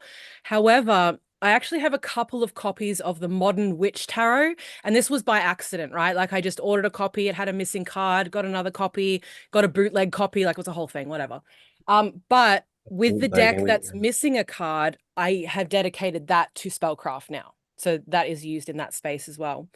But typically, I tend to really reach for playing cards for spellcraft. That's my preferred, but otherwise, yeah, the Modern Witch and the Rider-Waite for me. All right. I kind of like I like the idea of playing cards for it as well. Same. It's very. You don't have you put your own connotations in there. You don't have to worry about the imagery. And you can cut them up, and they're cheap, and like you can do a whole lot. Well, yeah, Lenormand as well. You can do that with Lenormand as well. If you want something lucky, you can pull the Clover card out of the Lenormand and use it in that regard. Like, there are just Lenormand is just as good, I think, for like magic wielding. All right, Alora, come at me. Okay, so, all right. I'm going to try to show this. I don't know if it's going to show on camera. So, since I've gotten this one, I think it's really good for shadow working, as well as like hex work. And the reason I say that is because I'm going to see if you can see it, but I'm not sure. Okay. Yeah, you can. Okay. Do you see like this here? Like it looks shiny and whatever, but it's still black. Okay. So that one. And then do you see that like all the characters on there? Mm. Right. Yeah, So yeah. all of that is like etched into the card. It's still black. Like you actually have to look on the card to see that, because the white, the red, the imagery itself, like it's all there, like popping, and the rest of it is kind of, you have to really look to see that because it's etched onto the card. So it's kind of interesting because some of the things like what's in the Hierophant, for example, like even though it's etched onto the card and you can't see it outright, it's still important. So I feel like this is a really good shadow working deck because the cards contain imagery that is hidden. So if you're not paying attention, you will not pick up on that. Mm. So I really like that about this particular deck for sure. And it's also really like, this is the moon. That's I like it. gorgeous. Like it's also incredibly simple, but at the same time, like even in its simplicity, it's complex, if that makes It's sense. not distracting. Right. Yeah, it's true. Because if you I mean, have to like, if you're look just at the dealing with moon, information, it's like broken, right? And it's melting. So when we think about the concept of the moon and we think about like unrealized fear, and there's a hand above, you know what I mean? Like you can still see all this in the simplicity of this imagery. it's also really reminding people that the moon is actually like, a lot of people look at the moon like, well, the moon represents illusions. That it's like, no, the moon is signaling illusions. The moon is signaling what is wrong. You know, a lot of people think like, oh, they look at the moon card and they're like, I think it might be kind of bad. And it's like, no, it's not a bad card, actually. It's telling you there's something bad going on and maybe you don't want to hear about it. Right, But, exactly. That's you it. know, You want to live in Delulu.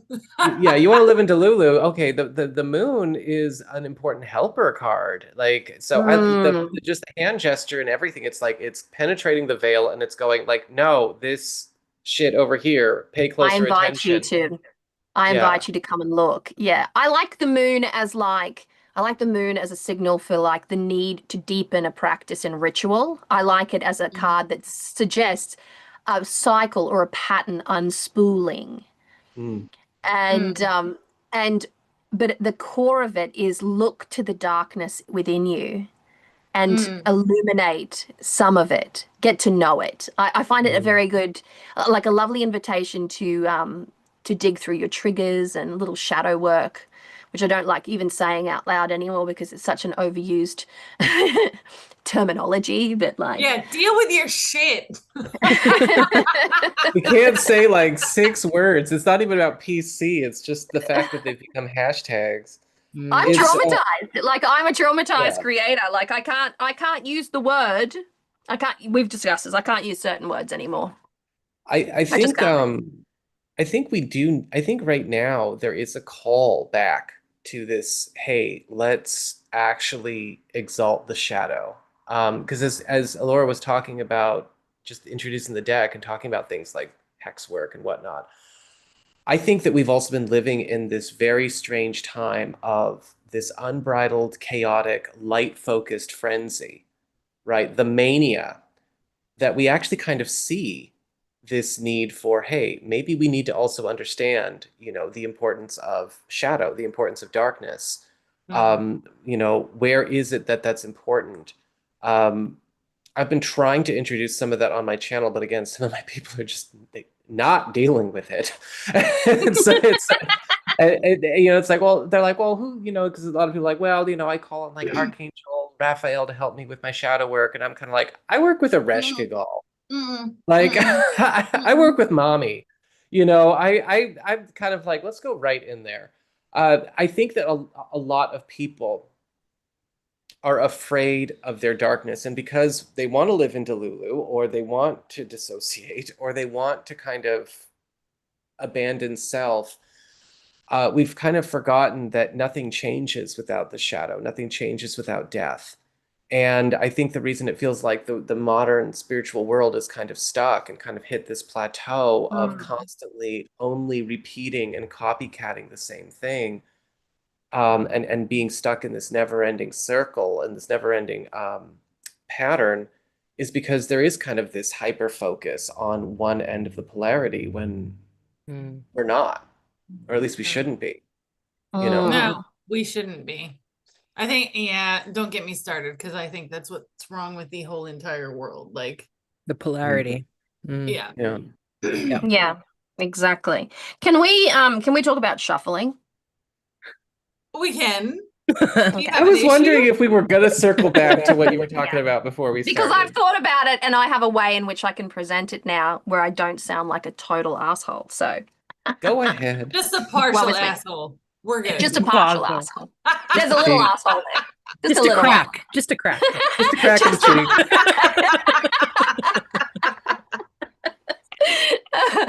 All right. So, in terms of performative tarot versus authentic tarot, that's what we're going with at the moment. There is this new way of shuffling the cards. Now, I've thought long and hard about this because I feel very triggered. And I feel very triggered from the point of view of a collector. I am a collector. I collect, I review. Publishing houses send me out their decks for me to unbox and review and share my opinion. And so I have a rather large collection of cards, some of which are worth thousands of dollars.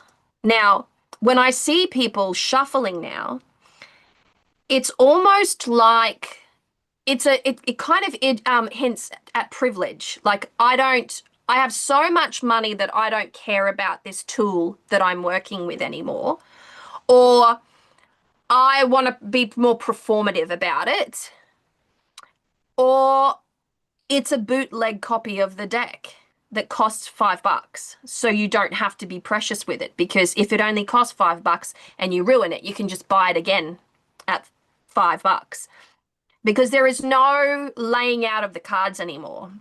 Like back in the day, it used to be a conversation of like, what are you a spreads reader or are you a freeform reader?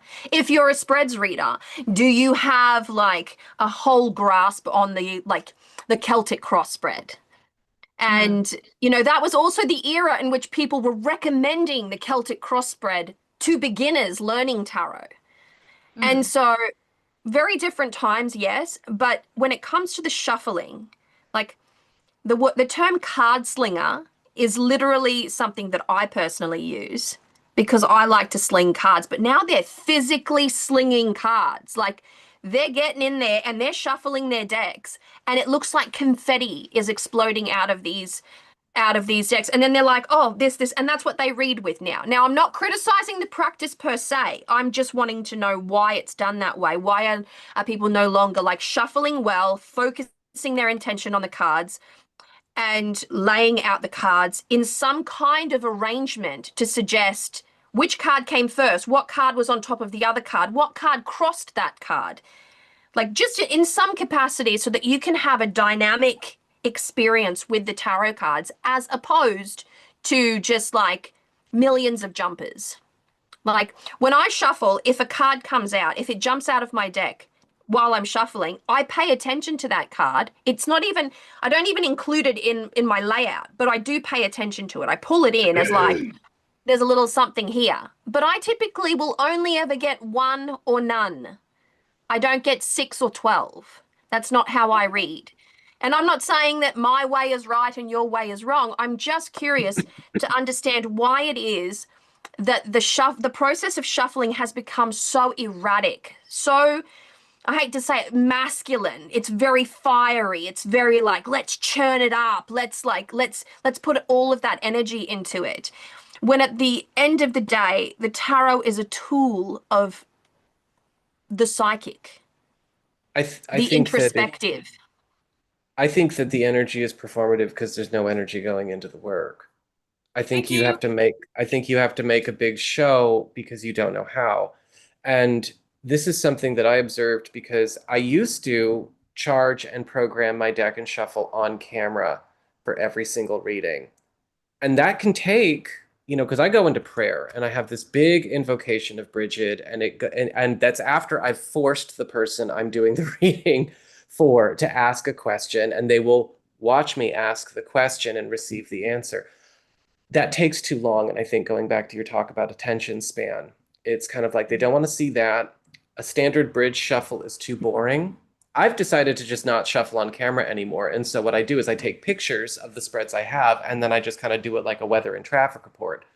But I think a lot of people have come to a place where the drama replaces the actual magic, the actual work, the actual energy work. Nico And I is think the that that's what Al you're looking at. Roker of tarot. Kind of, maybe. If I become Al Roker, I am kind of the weather. No, I call it that though, like, because I'm like, okay, astrology is the weather, tarot is the traffic. Mm, Yeah, that's a that's good how, way of true. putting it. True. but yeah, I can appreciate that. I can appreciate. Mm. Well, I will say this. Sorry, you go, Laura. You go. I was just gonna say, to answer your question, number one, I think today spreadcraft is not a total lost art, but pretty much a lost art. Like, I wouldn't say that many of these TikTok tarot readers or what have you know spreads, care to learn spread, care to make spreads, etc. Right? So that's one thing, but also there's like this loss of, how do I put it? Okay, so I do read Fallout cards, but when I read Fallout cards, it's because I am shuffling for the intention of pulling the cards that way, right? If I want to read a spread, because y'all know I love spreadcraft, okay? If I want to read a spread, I'm absolutely like reading a spread. Does that make sense? Mm-hmm. But I'm not popping them out like confetti. Like, it's intentional. These people that are shuffling like Speedy Gonzalez and having 18 cards pop out at once, like, that is, oh, look at me, I'm so intuitive. All of this is like telling a story. Here it is. Boom. Brought to you by Adderall. Yeah. Right. So true. Yeah. I find Yeah, it interesting because I really have to be, I think we're probably all the same, let me know, but I have to be in there with the cards. Like, I need to be, my mind needs to be focused on it. Otherwise I pull a card and I'm like I'm actually not connected. I'm like, I don't know what this is for. Like, if I'm not in it, it's not a Facts, reading. babe. Yeah. Facts. I will take that one step further. I have ADHD. So when I'm trying to align my thoughts for a reading, my mind will wander, which is why I shuffle for much longer than the average person, because I want to make sure that my intention is there during the shuffling process. I am grounded, I am centered, I am aligned, I am focused. Well, and you have The to focus part is a little well, and we also have to think about, okay, holding the space properly for the work you're going to do. And I'm actually drafting a video that I'm going to do here pretty soon because a lot of people are asking, oh, is reading tarot safe? What are the perils that can come from reading tarot? Here's the thing. A channel in use is a safer channel than one where you're just kind of going in and pulling out and asking any kind of random question and just opening yourself up to whatever's there. You have to that's protect giving quick yourself fuck. from, yeah, you have to protect yourself from the energy of your environment if you've not set it properly, because you never know what's going on in your space or your neighborhood or with your neighbor. You might have to protect yourself from the energy of the subject that you're reading, because your client might be bringing in some crazy energy.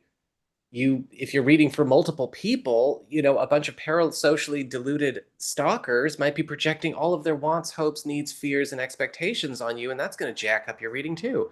You do need to take some time. And so when these people are up there just kind of putting on a show, it's not a technique, it's just a show. You're absolutely right. I'll give you this too. Like, I like to check the temperature of tarot, specifically on YouTube. And I think we all have experience on YouTube, so I can definitely talk about this. When I type in tarot into the YouTube search bar, what I get is tarot picker cards. Yes. I hatred. actually tried to do a little bit of like, I'll just see what's on YouTube about this. I looked up social media and tarot, and all of it is just pick a card readings. Boom. Like, that's all there is. You can't find anything else. It's Yeah. crazy. Yeah. It's pretty bad. It's That's pretty lame. bad. It's a Super cesspool. lame. It's Super lame. See, and I understand why It's people so don't performative. like it, Yeah. but I understand why people are seeking it out. But I would love to encourage people to learn the tarot for themselves, like immerse yourself in the cards. It's so cool to go to a reader, but it's so much cooler at any point to be able to go to your own cards or whatever divination 100%. method. 100%. I think that is absolutely true, because the thing is that I think a good reader is also somebody who's teaching when they're reading. Mm. You know, I've always Mhm. retained that if you're 100%. watching a good reader, like I do forecasts and I'm like, look, and people are like, what are you going to teach at tarot school? I'm like, if you watched enough of my videos, you would learn how to read the tarot for yourself. If you paid 100%. attention, you would learn tarot from watching my videos. And maybe tarot is not your skill, so you still want to hire me for a reading, great. But if you don't need that and you learn something from me, that's great too. But these pick a cards, they survive on this illusion of agency, right? Oh, you're picking the card, you're choosing your destiny, but it's not. It's just noise. And not to mention it gives all kinds of room for people to just kind of, mess around and delude themselves. And I think it's cowardly. I think pick a card is cowardly. Nothing is more cowardly than to me than somebody who can't show up on their own video and actually do their. I don't care if you have social anxiety. I don't care. I really don't care anymore. I don't care what your issues are. I don't care what your bullcrap is. If you're going to go put yourself out there and claim to be doing this kind of stuff, then have a spine and get through your crap. I have intrusive thoughts all the time because of my OCD. It doesn't mean that I'm not going to show up and do my work or record a video. I just got to deal with it. I'm sorry. I can't stand the whole pick a card thing. It's cowardly. It's stupid. If I just see nobody there and then just like a really badly manicured hand just kind of clawing at a pile of cards, I'm not interested. Ah. Oh, no. I do just want to say quickly, just in case any of my people are here, I do occasionally do pick a cards in this very small group that I'm part of. And I find that works quite well. So Yes, it's a the different smaller the thing. group. Exactly. When you're just like perusing the internet and it's like, oh, this person pops up. Let me tell you that the algorithm is not your intuition. The algorithm is not your guide. Like, don't fall for that. Like, yes, somebody's- sometimes, but yeah. Dear one, this message is for you. Mm-hmm. Dear one, the universe sent me to you. Mm. Oh, she's a predator. Like, no, she is a predator. Get away from that person. It's giving Yes. ick. It is giving ick. I will say this. Tarot picker cards are fun. I've tried them. I had to try them. I had to try them because I wanted to know. I wanted to know, how does it feel to do one? What is the energy? How does it flow? It is not a comfortable experience for a reader to do this. Like, I'm a fucking hardcore tarot reader.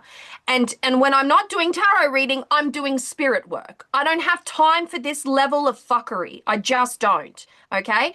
And I will say this, typically what you'll get is anywhere between 4, 5, 6, or 7 piles of cards, right? So you have to box yourself into one of those. You have to either pick 1 or 7, right? Now, In group 7. take that same energy and put it to astrology. There are 12 signs in astrology, and any good astrologer on YouTube will say, I'm doing the astrology for Taurus. If you have Taurus as your sun, moon, or your rising, watch this, because they are trying hard to make sure that you get a little bit of your big 3. Like, they're trying, that's what they're trying to do. Whereas you lay out 7 and it is luck of the draw. It is luck of the draw, right? And I will also say this, the landscape is as such. It's tarot picker cards, and it's very much, when will I meet my soulmate? Yes. When am I going to find my love? All of Or them. Does he really love me? They regret the interjection of these ideas of I'm giving you a personal reading, and all of you watching are just a part of the collective going through the same experience, right? It's this notion of They regret everything they did. They just don't know how to call you back. Like if you look and you see these sort of rambling, incoherent, but also highly parasitic videos out there, and people eat them up. I don't know why they eat them up. I don't have any empathy for them. I'm sure there's something wrong, but I'm also kind of like, you hurt me and you hurt my friends. So I don't like you and I don't care. So And I'm taking my marbles and I'm going home. no, I'm gonna fight. I'm gonna take this place back. I'm I a don't care if I fight. have to burn it to the ground. I am taking this space back for us. That's like my thing. And like I'm going to fight. I am going to fight. I will burn it to the ground before I let them in again. I got tired of everyone telling me let them have That's their fair. I journey. think a line definitely needs to be drawn. You're either performative or you're authentic. And if you're authentic, then we should be back to where we were back in the day going, I read this in Rachel Pollack's Tarot Wisdom. It is a quote by Christian, and I want to open up some discourse around it.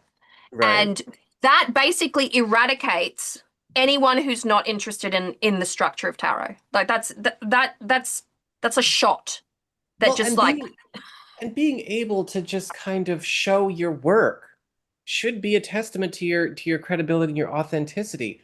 Your aesthetic relatability should not be a testament of quality, but that's the problem that we're seeing nowadays.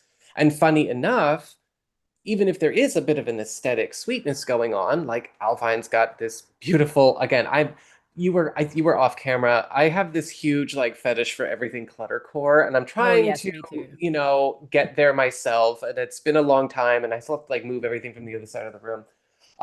I love it, but again, that also is a testament to Alvine's practice. But somebody might look at her and go, I wanted tarot or I wanted oracle, but I just found out she's way too serious. She's way too into it. And it's like, wait a second, that's good. Isn't that good? yeah, Why do you you want want to, someone obsessed. why You are want you someone looking, obsessed.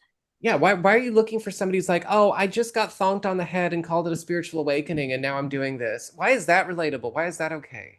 Why is that ready to do any good work for anybody else? I would look at it and go, the depth should be the credibility, not the relatability. But Yeah, experience exactly is right. I was Yeah. experience and practicing, I was just gonna say, I was practicing tarot for myself and like my circle, whatever, Mhm. for 11 years before I ever read for the public. Yes. Yeah.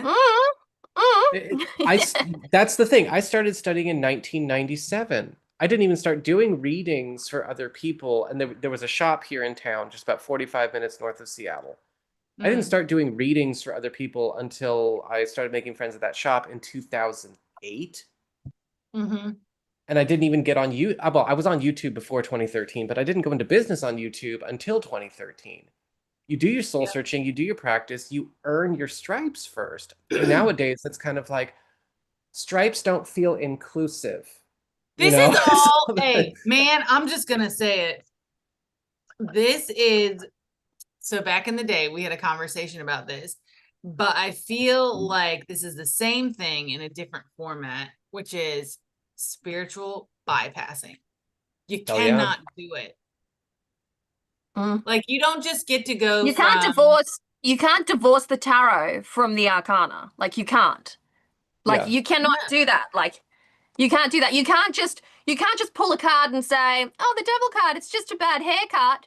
Because that doesn't even make fucking sense, okay? Get her, Avalon. I know That you want doesn't to. make fucking sense. What makes sense, even if you're doing a reading for like the everyday flow of things, and you have to decant the tarot into an everyday situation. When the tower appears in your everyday and you go and have a haircut, that would be a fucking tower moment. Because if they burn off your hair or shave it off by pure accident, that's the worst salon fucking day burns of your down. life in that moment, right? It'll grow back. You can rebuild.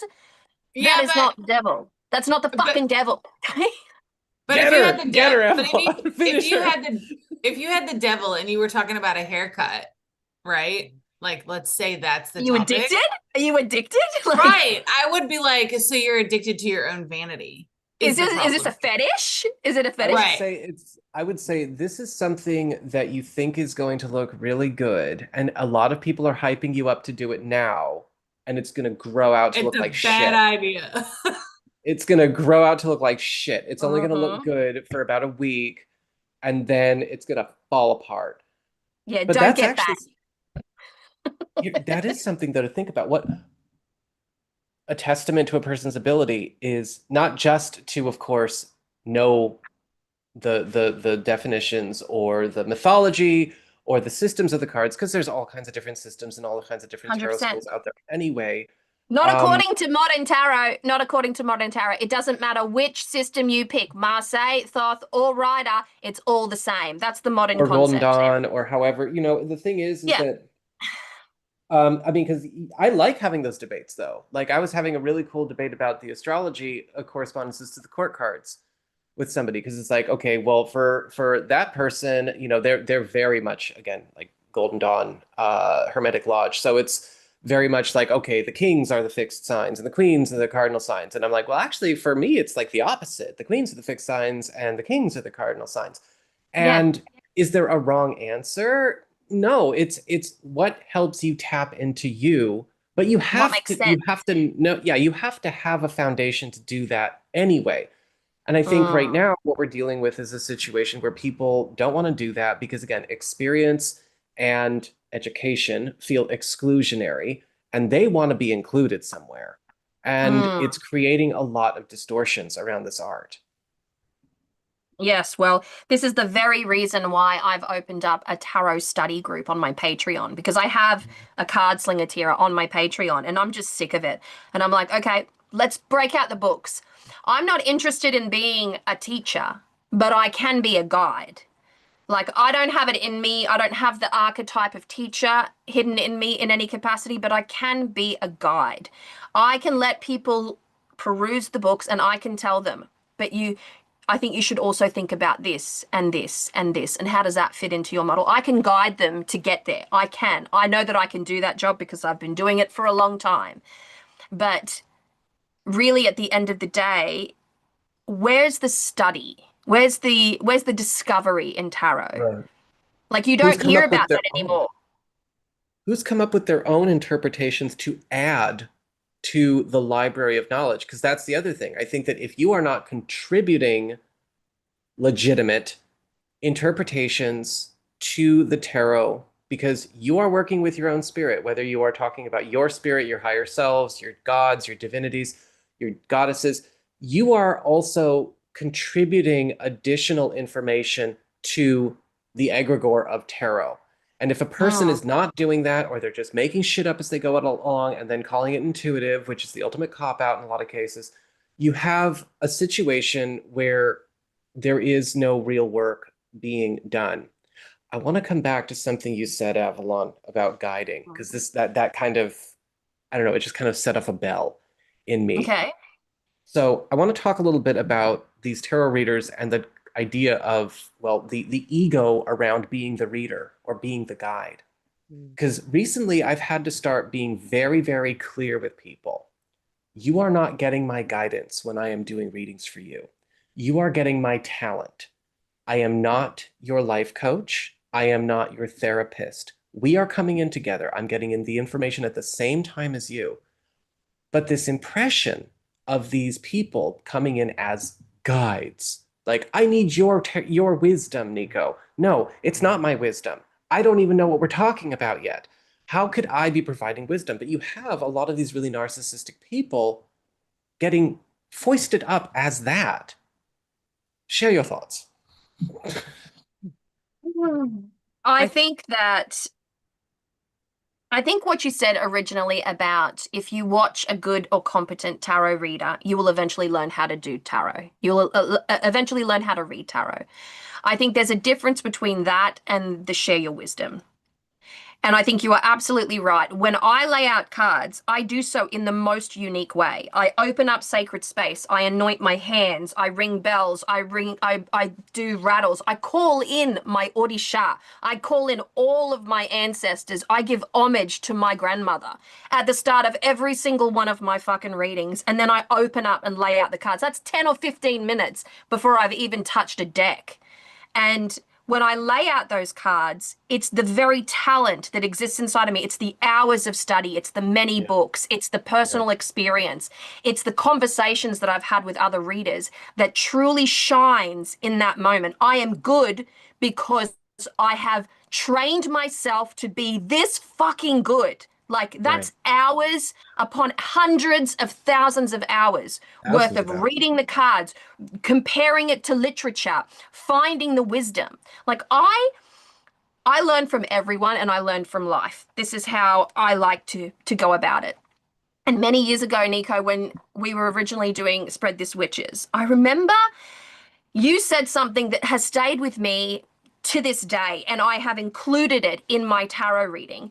And it was the reverse tower card. And it's like, and you said during that time, you said many things, but you said, I like to look at the reverse tower card as though something bad is happening. The destabilization of something is occurring, but it's not happening to you. You're up close watching it. So eventually it will affect you, but it's happening to someone else, and you're the witness to hold that information. And I'm like, yes, King, yes, I'm taking that. I'm fucking taking that. And now if I get the reverse tower, there's Nico in the back of my mind going, the reverse tower means this. Because I pay attention, I learn from everything, from everyone. I had the Five of Cups is the great hangover card or the nausea card for me. And the reason for this is that I was very, very pregnant in the very early stages of my pregnancy. Of the first 3 months of all my pregnancy was a nightmare. And somebody knocked on the door and it was like 40 fucking degrees and I'm pregnant and I'm irritated and I'm consistently nauseous to the point where I had to have drips in my arm to feed me. I was so nauseous all the time. Right. I walk up to the door, which is like, seems simple, but when you're that fucked, it's not. And the Jehovah's Witness has come in. I'm nauseous. I want to vomit on their shoes. I was gonna say, and poor I'm talking to bastard. the What's Jehovah's happened? Witness. And when I tell you like the disappointment, oh, this is so fucked. Like this is so fucked. So now whenever I find the Five of Cups in any capacity in my reading, I can either say it was because of that one time where I was heinously hungover, thanks to the Steampunk Tarot by Barbara Moore and Ali Fell, which is in the bar. There's that scene in the bar. See, even a tarot deck can teach you. Oh, for sure.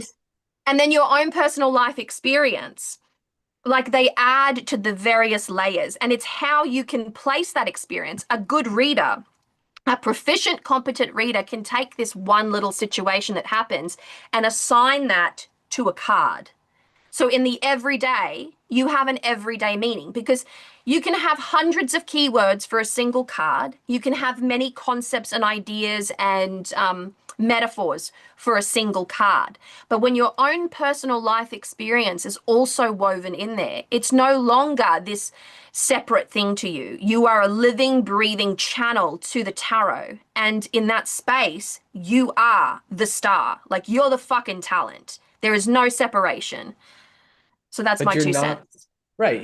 You're the talent, but you're not the all-knowing super guru, god, high priestess, super all-knowing knowledge person. And I think that when we have the worship of readers, instead of looking them at as the talents, if they're talented, that they are, we also create this distorted impression of this reader is gonna be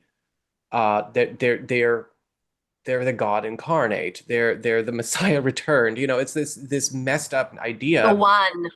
Yeah, I need your wisdom. No, I need your talent. And you know what? If I came to another reader, I'm like, look, I know what you're doing. You're going to access something that I can't access with my talent. Maybe I'm too close to the situation. Maybe I'm biased and I can't. Usually I can suspend my bias pretty well, but maybe in some cases I can't. you know, there's something blocking me, or maybe I'm dealing with a really serious situation and I am in no condition to actually try to tap in, because I might just screw up the whole process of setting it up in the first place, because if your energy is out of control, you're probably not going to even program your deck right. So, but it's about talent and work. It's I not think about just being perfect. I think the other side of it too is there are so many people out there that are just willing to hand away their power. Find me a guru, find someone to just tell me what to do, right? Do it for me. Yeah, do it for me. Exactly. Do it And for that's me. the issue. If you go out into the world with that energy, you will always find someone who is willing to step in the gap and be like, I'll be your person. And they're usually, as Scarlet Moon is saying, not the person you want, right? I have found that a lot of people who are amazing teachers and leaders often are kind of a little bit forced into that situation, or they really feel guided, like you've got to do this, but they go a little bit draggy, or they're just like, I don't want to be up in this spotlight, but I feel as if this is something I should do, or whatever. Like the ego is divorced in that situation. Yep, I would say so. I don't think I would be a tarot reader today, like a professional tarot reader today, had I not, for all those years ago at the very start of my YouTube channel, talked about tarot, unboxed tarot, talked about the various things in association with tarot. That is when Spread This Witches was born during that time. Now, it was because I was repeatedly asked, do you offer tarot readings? You should offer tarot readings. That I eventually set up an Etsy shop, because at the time everyone had an Etsy shop, and it was actually Charlie Says Go that helped me to set up said Etsy shop. So that's going all the way back.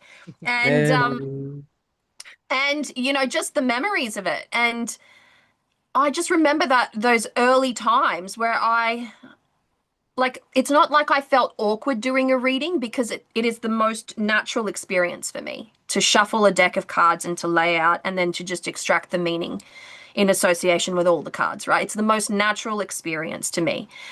But doing it for someone else, doing it in front of a camera, after all I'd ever done was sling cards for my friends, and it was always about boys. I was 16, 17, 18, 19, 20. I was slinging cards in nightclubs, which, Nico, I know you were as well. I was. Everyone remembers the Practical Tarot Tutor YouTube, Yeah. and I made the biggest mistake, and I did the whole cups suit in a bar. It was bad. It was so loud and it was bad. Wow. By the way, I loved it. I love that series. For fans, by the way, I can't get back into that account. So everyone is always saying the Emperor's messed up and the Hierophant's messed up. They got copied, so one of them's missing. And I'm like, I know. But the problem is I made that channel back at the end of 2011. And that was before I got into business. I was just like me, kind of putting myself out there. And I didn't have a Gmail. This was before you had to have Gmail to do YouTube. And so it's connected to an old Hotmail account that got hacked, and nobody can help me get back into it. So it's there. It's not making any money. It's not doing anything, but I can't get back in and fix anything either. So. That Well, sucks. Yeah. Should we start reading? I just wanted to say one more thing before we start reading. And it comes down to audacity. Okay?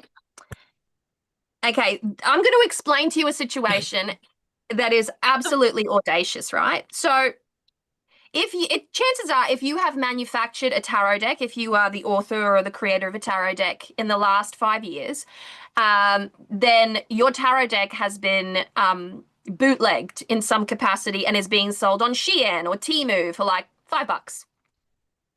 So this happens all the time. All the good decks, all the high-selling decks, they just seem to know, and then they create cheap versions of them, and then they sell them, and then you buy these decks. Some people don't know enough about tarot to know that they're buying a fake copy of the Lightseers Tarot. They just don't.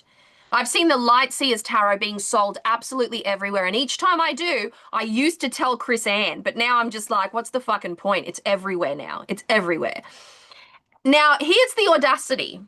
These same people that are buying these bootleg copies will then go to someone like Anna Turian. She has many decks that have been bootlegged, and say, how dare you not provide me with a little white book or a reference to this tarot deck? How dare you? They didn't even buy the deck from her, but they want the book. They want the little white book. They want the pamphlet associated with that deck from the actual artist That who sucks. you have not even supported. That's some fucking ignorant audacity right there. So if you don't even understand that you have just bought a bootleg copy of a tarot deck, then what the fuck? Like, what the actual fuck? I just like to say I did this. I mentioned it earlier with the Modern Witch Tarot. One way you can tell, little cute deck. Oh, look at this small little size. Unless it's specifically sold as the pocket edition, which not all tarot decks come in. Very It's a few. bootleg. And the quality of the paper. If it's very Yeah. thin, I mean, some decks, yes. This some is decks a are like this is a that. pocket copy Yeah. of the Light Seers. Yes. It's a tiny look at my I have baby hands, but that's how tiny it is. If it's in But a it's in a tough whole box, ass tin. Like, Yeah, I was gonna say Beautiful. that's an elaborate container. yeah. it is. So It tough has boxes can be within it another. a little guidebook. Yeah. Like this is the presentation of a deck that's legit. This is a legit deck right here. The size, the quality of the paper, and also the packaging. If it's in a cheap tuck box and you've seen it out there that it's not in that packaging, it's probably bootleg. And if it's on any of the Chinese websites, I'm so sorry. It is. Oh, Jesus, please don't go to Temu and buy a tarot deck for the love of Yeah. God or the love Yeah. of the gods, either or. Whichever Well, way now you we're want. going to get a bunch of people yelling at us about financial inaccessibility. Okay, well, here's what I say. I wanted you to say something, so I said that. Get him. Here's what I say. If you're going to be into tarot and you're going to support artists and authors, this is something you save for, right? So their time, effort, and talent is worth the money that is charged for the decks they create. I understand that times are tough and people are strapped, but again, this is something you save for. If you Like a cannot car. like a car. yeah, like you can't, like, not everybody can afford to be a collector, and that's fair. Like, you don't need to be a collector, but Can if I just there's interject something here? Yeah. Collecting tarot and learning tarot are two very Two different pursuits. I Two never very had different more than pursuits. You only need 5 or one 6 deck to learn. So thank you. Please go. yeah, no, I was just gonna say, but like, if you see a deck that you really want and you're like, yeah, that's the bomb, don't take the cheap way out, man, because you're fucking the artist and the author, to put it plainly. So how about we just save our money, no matter how long it takes us, and then buy the deck we want.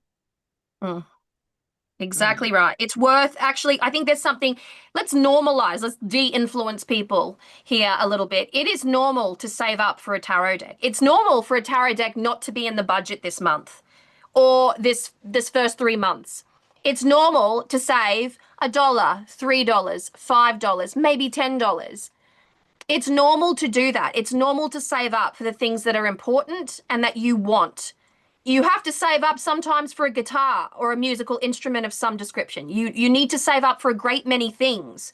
So why is it so hard to kind of understand that you also have to save up for your tarot deck?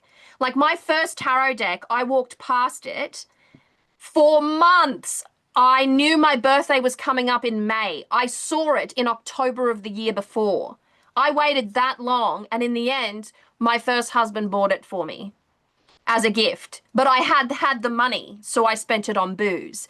Nevertheless, I had my tarot deck and I got drunk as a celebration, right?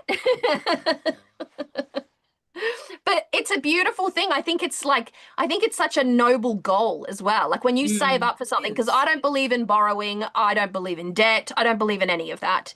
And I live a very humble life. I live in a tiny home on acreage. And I'm not living in the lap of luxury. These are all my choices. I love where I live. I love my life. And if I have to save up for a tarot deck, that seems like the most natural and normal thing to me. I don't understand why you would go and compromise your journey of tarot, because that's karma that you're bringing in. Like you're actively supporting some bootleg copy. So you that money doesn't go into the artist. It doesn't go into the pocket of the author. And that's sad because these people, like myself, spend an enormous amount of time and energy creating a deck. It's not a simple process by any stretch of the Mhm. imagination. Anna Turian did sketches, then she did line work, then she did watercolor, and then she had to scan it, and she put her education into this deck. That's what you're paying for. You're paying for the effort and for the attention to detail and for the talent of two people when you buy a deck. That's what you're Mm. paying for. And if you go and buy a deck on Temu and it's this big and it's wrapped in plastic, you know that you've made nobody any better. You've just fed into a machine that is going to then consistently do this. They're going to consistently rip off decks. If nobody supported them, if there was not a market for bootleg decks, there would be no bootleg decks. But there is a fucking market for bootleg decks, you fucking cunts. Stop buying them! Stop buying them! This could be part of the you were talking Okay. about before about how decks are becoming more samey or not as unique. And it's because of this as well. Someone's looking at it going, this project is going to take me 5 years, 7 years to complete. What's the fucking point? What's the point? Mm. Mm. Mhm. I live streamed the creation of the Bone Stone. You all saw how remember long that. it took. You I saw remember how that. long it took. The book took a long time. The deck took a long time. The planning took a long time. Like it takes time. It takes years to create a deck. And that's a lot of effort that the artist and the author deserves to be compensated for. Mm. It's as simple as Agreed. that. Like it's right. It's noble. It's fair. It's all the right words right there. What's not the right word is supporting some shitty bootleg seller out there because they have stolen the designs from a print house and then they have decided to manufacture it. And basically it's such an intense kind of theft that occurs there that is constantly supported. It's constantly supported. And P.S., when you actually purchase from an actual creator, that's a vote for them to create something else for you in future. Yes. Yeah. The reason why Barber Studio no longer exists is because their decks were bootlegged so much that they just went, what's the fucking point? Like people Mm. didn't want to spend the money on this luxury product. And make no mistake, Barber Studio was a luxury product. Their decks were exquisite, absolutely beautiful. Nothing like it at all, right? They ended up closing their shop because they're like, I would rather not create than continue to feed this system. So it Mm. actually does damage the tarot in some capacity. It damages it in a way that is just it's unacceptable. It is really unacceptable. And if you're okay with that, if you support bootleg decks, then you and I have nothing in common. Get him. All right. Are we ready to open the floor to readings? Yes, we are. Sure. Okay, are we done with the ranting? I don't know. I've got a lot of rage in me. You should have been here. You should have been here yesterday when I was talking about a crystal book, like Melody, the kaleidoscope of crystal, like Love is in the Earth. It's a crystal book, and I was talking about it being a primary source. And all other books take from Melody's book, and they call it brand spanking new, right? And I went off. Like it just came out of me so naturally. And then I started laughing, going, where the fuck did that come from? Because I don't speak my mind. I'm Latin. I come from Latin America. I was gonna say Okay. Brazil, The right? blood runs a teensy weensy bit hotter. Okay. That's where I think you and I have to have some ancestral thread because my father's side goes back through Peru, and Oh, so it's kind of like, all right, here we are. Here we are. There's this Amazonian like Incan rage that just simmers beneath the surface, and I feel like Brazilians walk around with this crown that is like, either don't fucking try me, get out of my face, or how fucking dare you. Like, it's one of the three. It's one of the three gilded crowns. mine's kind of, what are you doing here? But again, it's You can't sit with us. You can't sit with us. Are you lost? Oh, I have a I'm lot just of gonna go Aries like in my take a. chart, folks. I apologize. I just need to take a quick hit of some tobacco, or I'm going to be distracted. Okay, you go do your thing. I'll be right back. I was a waiter. I could do this super fast.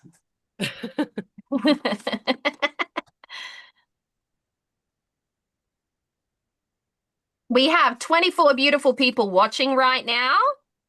We appreciate each and every one of you. Now it's not white enough. Oh, what? What? What's not white enough? Silver cloak. Yes. Okay.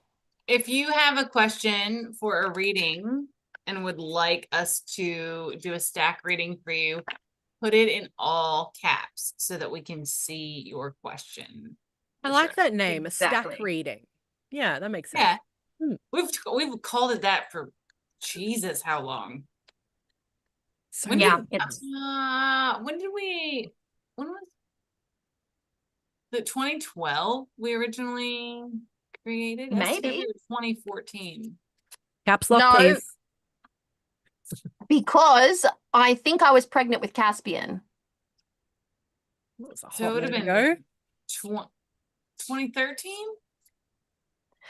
He was born in 2013, so it was either 2013 or it was just after his birth, which would have made it 2014. Yeah, right. I just wanted Okay. to say some people are asking about the book, which I've just recommended. It's Silver Cloak. It's whimsical. It's giving, I hate to say it, but I will say it, it's giving a little Harry Potter vibe with how magical it actually is. It's giving intense yearning and love. It's giving like morally gray. It's giving like so many different things, but the characters are so beautifully fleshed out. So incredibly fleshed out, and the conversation, the banter, the dialogue is exceptional. Okay, so we have our first question. Well, we have several, but the first one in the queue. How can I improve my spiritual practice? And this is Chakra Witch.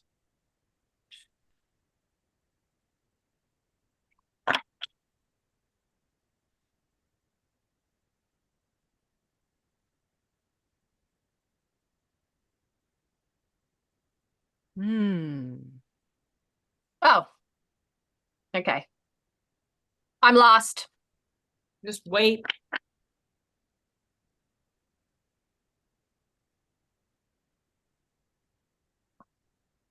I'm in the middle somewhere. Maybe second last. Ooh, I might be first. Okay. What are you feeling, Nico, Scarlet where are Green? you? Are you second? What's the vibe? Sure. Sure.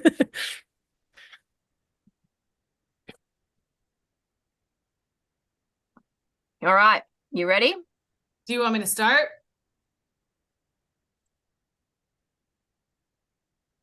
Affirmative. Yeah. Okay, Go. so I got the Ace of Cups. Nice. So when we're talking about spiritual practice and how to improve it, couple things here. So cups is the suit of water. Water is a conduit. Water is linked to spirit heavily. It's also linked to emotion, intuition, spirituality, period. So I would say make sure that your spiritual practice is linked to your heart center and is deeply connected to who you are inside, not who you want to present outside or aesthetically, but what speaks to the core of you as a person. I would also say definitely dive into some water magic, like scrying would be really great. Also dreaming, because cups also has to do with dreaming to a certain extent. Pay attention to your dreams, journal your dreams, interpret them as you see fit. But really you just need to go with your gut, go with your heart, and figure out what works best for you and get rid of the outside noise. So if you are looking to external sources, maybe cut that back a bit and go back to the beginning of what got you started in the first place, what ignites you as a spiritual being, and follow that. So I'd say that's the first card in this reading. All right, Nico. So usually for what should I do 2 cards. Is that okay? Yeah, it's fine. Okay. So I usually do 2 cards. I do this is what you're doing, and it might be good or bad, and then then there's a what should you do, because we always want to know that. So as far as where you're at, you've got the King of Pentacles reversed. So the first thing I think of, okay, the King of Pentacles, there is an over-attachment to form, and there's an over-attachment to doing too many things at once. The King of Pentacles can often be overly ambitious, can be even a tad competitive, and there might be a desire to master or a desire to control or get on top of the situation. But you've got to be careful with that, because the King of Pentacles reverse usually shows up when people are trying to domineer something. They shouldn't be trying to domineer. And attachment to form could make us very rigid. So when you think about things like correspondences, and you think about things like any kind of work that you might be doing, are there rules? Are there steps? Yes, we do need to have a firm foundation, but we don't let the form or the correspondences or the foundations be the be-all, end-all. And you have to personalize what you need to do with the Page of Pentacles is first start small and get more personal, which really dovetails a lot with what Laura was saying. You never this is something that I was taught very young. When you think about, oh, I have to master all these things and memorize all these things and I have to follow all of this by the books, and I'm just kind of on an escalator system. Never underestimate the power of the granny witch who just had a thimble of olive oil and a white candle.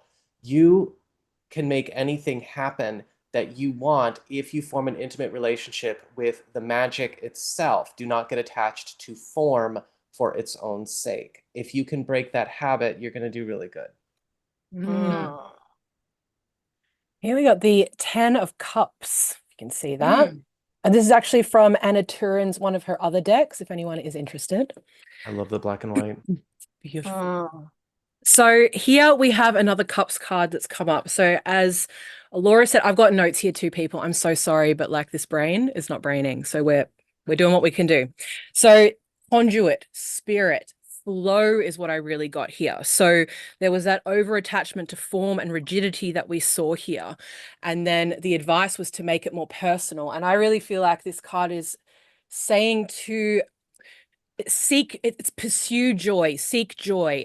But it's really interestingly enough, in this card, you can see this figure's actually leading. So is she pursuing? She's leading. She's dragging you along behind her. It's like flow, that spiritual flow. It's so easy to have external noise drown out your own truth, right? Your own heart center, your own intuition, because everywhere you look, everyone's telling you how to be, how not to be, and all of that. You need to quieten down all of that, set it aside for a minute, and just be in your own practice. And it can be really helpful from my own personal experience to switch off social media. I know it's hard, but like a day, a week, you will literally feel things breaking off you. It's insane. So I would recommend that to you. Nico, did you want to go with your other card? Oh, I did both at the same time. Oh, you did both at the same time? Okay, cool. All right. Beautiful, beautiful, beautiful. I tend to be one of those tarot crammers. We love a tarot cram. I pulled an oracle card as well, and I pulled the 3 of Cups. Okay, so the oracle card, okay, this is where it gets tasty. The oracle card is for detox. Cleanse and restore yourself. Okay, this is from The Magic of You by Fiona Horn, who is a witch, so we can trust what she says. Now, here we have this opportunity to like clear away all the debris, all the clutter. We were talking about maximalism and too much advertising, in this episode. So it's stripping away all that peripheral noise, all the chatter, all the social clutter that exists, and getting to the very core of it. Now, the Three of Cups is a suggestion to join the right community, the spiritually nourishing community, the community that helps to bolster you, the small community, small or large, really, that you can bounce ideas off, that you can really bring that purity in. Like with Alora's ace, I like to look at aces as the quintessence of the elements that they represent. So the seed, you need to do something with that seed. It will be nothing if you don't do anything with it. And so with Nico's reversed King of Pentacles, it can be like getting too distracted as well by all of the pretty things, like that aesthetic. And so this is about that detox. Like Alvine's was like, let's get to the heart of the matter here. Let's experience the joy, like the full spectrum of joy and wonder in that one environment. And so here you have this opportunity to join a really nourishing community that will help to lift your spirits a bit. There's nothing more activating than someone who can do what you can do or thinks the way that you can do, and you can just bounce ideas off each other and talk until the sun goes down. And just like it is spiritually fulfilling. It fills the cup. It fills the proverbial cup. And that detox of social media, of the external, of the material, of the aesthetic, it's a very, very big nod to doing the healthy thing for yourself. Can I just add something that could be considered a bit problematic? So I Sure. do have a professional, tarot and astrology channel. And one of the things that I want to say when it comes to people who ask about their spiritual practice, you have to also know what communities to leave. If there are communities that say they're spiritual, but it's like just a bunch of people coming together and all they're doing is just looking for help or to bitch or to hang out, and there's nothing there furthering your creativity, there is nothing there that is actually empowering your art or your craft or giving you new ideas, you're in the wrong group. There are groups that are there to be like a huddle puddle, and then there are groups that are there to work, and you got to find the latter. I agree. Exactly. Okay. Yeah, I like that. Next Very up. nice. Next up. Contessa Martins 853. General reading, please. I'm gonna have to bow this one out. I'm not good at general. I'm only good at specifics. I don't know why. I'm just gonna It's cool. We got let you guys do your thing. I can only do general for massive groups.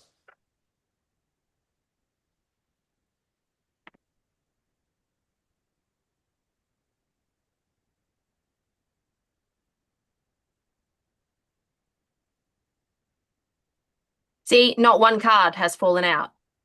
Yeah, no.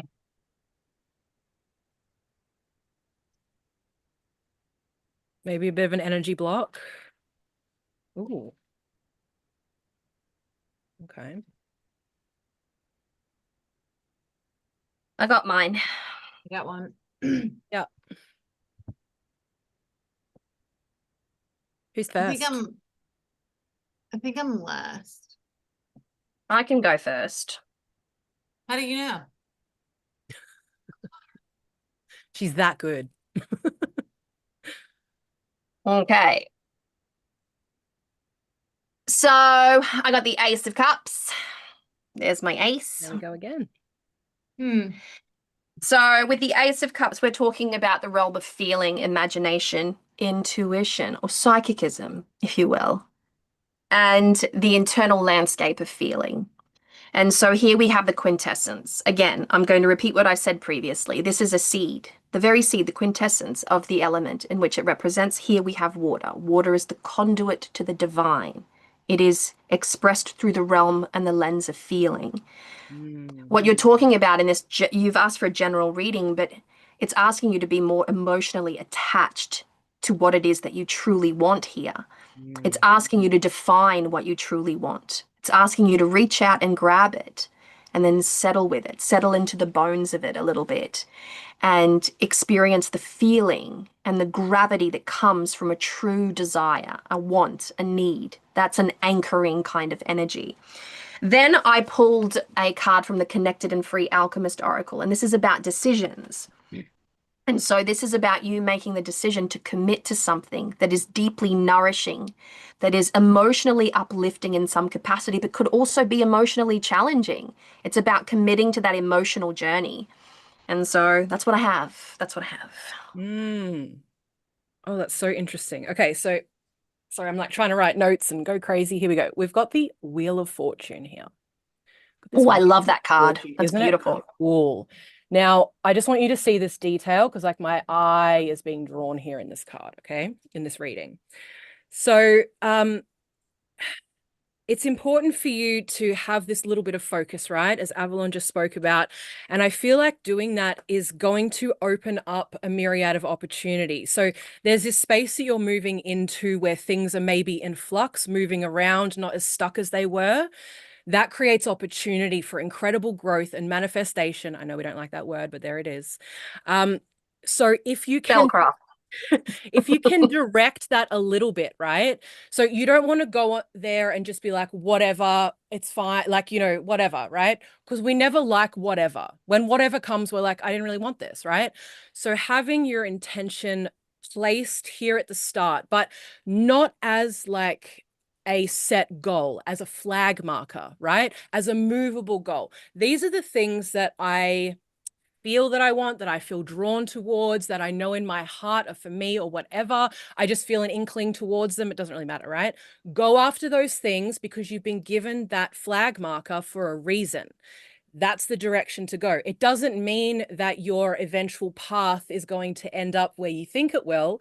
In fact, with this card, I think it's probably not, right? I think there are other things that are going to open up to you, but follow those things because that is the stone path or the yellow brick road that will lead you to your ultimate destination. Okay, last but not least, we've got the Ten of Cups. Again. So Crazy. with Avalon's advice with the Ace of Cups, there is a seed there and you need to do something with it and you need to be more specific in your intention. And then we talk about Alvine's card where she was talking about you need to direct energy to a specific place. You can't just be out here willy-nilly, like, hand me whatever. If you follow the advice of those two cards, like everything will coming up roses, like joy, happiness, fulfillment, etc. And I think the other thing though, okay, so the tens of each suit I look at twofold and always in an upright position. So while the Ten of Cups is a very, very good card to draw, right? It's also kind of a yield sign or a warning sign, right? So like, don't get too besotted with emotion that your direction and intention take a left turn. Like you can't get so invested that you become drowned in water. So just be mindful of that, because when we talk about the tens, we're talking about an overconsumption or a flood or it is the penultimate and the maximum of a particular element. So just be on the lookout for that. But I think that if you do what the other cards say, you're on the path of fulfillment. So there you have it. Hmm. Um, Very nice. Very nice. Okay, next. So M155 Abyss. Geez. I think it's just I think it's Abyss. Yeah. M155 Abyss. Yeah. What's the next step in my witchcraft practice? Mm. That's a good one. Does anyone here like knock on their deck? Sometimes. For some Yeah. types of readings, yeah. Sometimes I kind of got away from that. I used to do it all the time. That used to be very normal for me. But now I kind of just don't. It's not necessary. I think it's just the way I've started moving my energy around is a little bit different. And so it's hard to describe what I'm doing, but it's basically I'm handing off the deck now instead of knocking on the deck. That's the best way I Mm. can describe it. Yeah, I used to have all sorts of little practices of like blowing on the deck or knocking on the deck, but that was when I was like 16 to 19. After that, I realized that my hands, if I just go like this and touch my deck, that's all I need. Mm. That's all I need.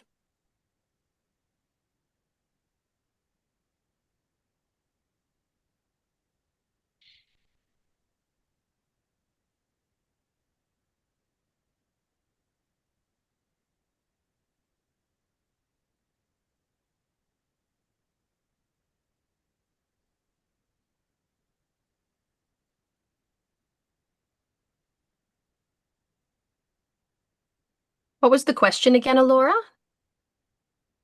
What's the next step in my witchcraft practice?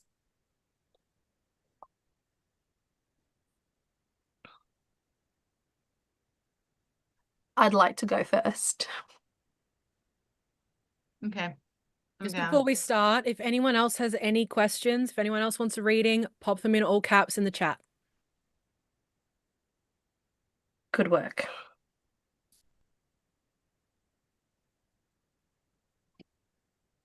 If anyone's cringing at the bridge shuffling, I like it when my decks get beat up and antiquated. I So- actually Kinda like do the too. look of your decks. You Yeah. are one of the only tarot readers that whose deck I look at and I'm like, she's been worked. That Yes. thing has been worked. Oh my God. On the topic of these like pop culture spiritual, this one person made a comment. I posted a picture of my altar. It was for it was actually for the eclipse back in September. And they were like, God, there's so much stuff. Your altar is so messy. And I'm like, it sees use. It's used, yeah. There's Oh shit going my on. It's not for God. show. I don't trust an altar that looks clean. Yeah, There, I like there's said it. 6 I don't deities trust an up altar here. that doesn't have ash debris, that doesn't have like shit like this. Like, look, Oil I have my stains. ash Yes. and I have my little sticks and like it's all over the place. Like there's glitter, there's money, like there's shit all over my altar. I love it. It Like better I use be. it. I work with it. Yeah. It's like it sees use. Okay. Who wanted That to go is funny first? though, just to mention, it used to be the opposite. I don't know if you guys remember, but everyone was always like, oh my God, you have to keep your altar clean. Like that was like maybe like 7, 8, 10 years ago or something. That was the conversation. I And rem- I And think even everyone back took then, it too I was far. like, don't tell me what to fucking do. Even back I- then. For me, it's like, okay, clean is just the only thing that goes on the altar is what belongs on the altar. Subjective. You know, yeah, I'm not going to put my coffee mug up there. Okay, sometimes I do. You know, and you might find whatever. It's not like I throw anything up there, but I mean, if it's busy, it's busy. You know. I feel like though, like I feel like there's an in between, right? So I love a clean altar, but I love a dirty altar. So I feel like if you're like doing workings on your altar and they're cooking, for lack of a better term, it should Mhm. be messy. Once Hmm. that shit is done, you should like reset that shit so that the next one doesn't intermingle with what you just did or whatever. Like, I think there should be a reset period. But that's just like Yeah. my point of view. Every once in do- a while, like every once in a while, like there is such a thing as too messy, even for me. Like I'll be like, oh, she needs a bit of a clean. Like You I can can't be feel doing it when a you little need to bit do of a it. clean. Hey, like when you've been But I will practicing, you just say, feel it. exactly right. I think you can feel it in the bones. Like I've done so much magic, so many spells in the last 60 something days, and I haven't cleaned this altar, and she still looks okay, which means she'll look okay for another month or two. That's fair. I mean, I don't give offerings when I do my spells or my workings because I do a lot as well. So I do a weekly feast for my deities instead. And so it's like, all right, every Saturday you guys know you're going to get a feast. So let's just do what we got to do throughout the week. Saturdays are when I clean because I want it to be clean when I make the offerings. But between then and then, it don't happen. So, but That's who was fair. going first? Oh, I was going first. All right. I got, because this is a witchcraft question. It was a witchcraft question, wasn't it? Yes. That's right. Yes. What's the next step in my witchcraft practice? Okay. I pulled the Epiphany card from the Magic of You, which is reveal your gifts. And that goes with the Fool, the spirit in search of the experience. So next is a brand new chapter. Next is immersing yourself in something that you haven't yet done before, you know nothing about, and you're in an exploratory phase. Like it's time to open up the cabinet of curiosities, if you will, and jump headfirst, trust fall vibes, straight into this like experience. And truth be told, witchcraft is such an umbrella term. And underneath said umbrella, there are so many incredible niche practices that are worth knowing. And this is your invitation to step off the beaten track and to try something a little bit new that you have no real concept of yet, but that your curiosity has drawn you to. And so that in turn will open up this beautiful experience to you so that you can actually tap in to one of your primal witchy gifts. There you go. All right, I'm not sure who's next. What do you guys got? I'll go. Okay. So I wasn't quite sure how to approach the question. Sometimes I will, and I know it's not really always ethical. I'll kind of try to specify a little bit more. And so when you say what's next for my witchcraft practice, I was thinking, all right, well, what subject or area or talent should you actually explore? So it kind of does dovetail on Avalon's very well. And what I got was the Four of Swords upright and the Seven of Cups reversed. And so to me, I'm looking at this and I'm saying, it might be time for you to explore the non-physical, the world of dreams, astral projection, OBEs.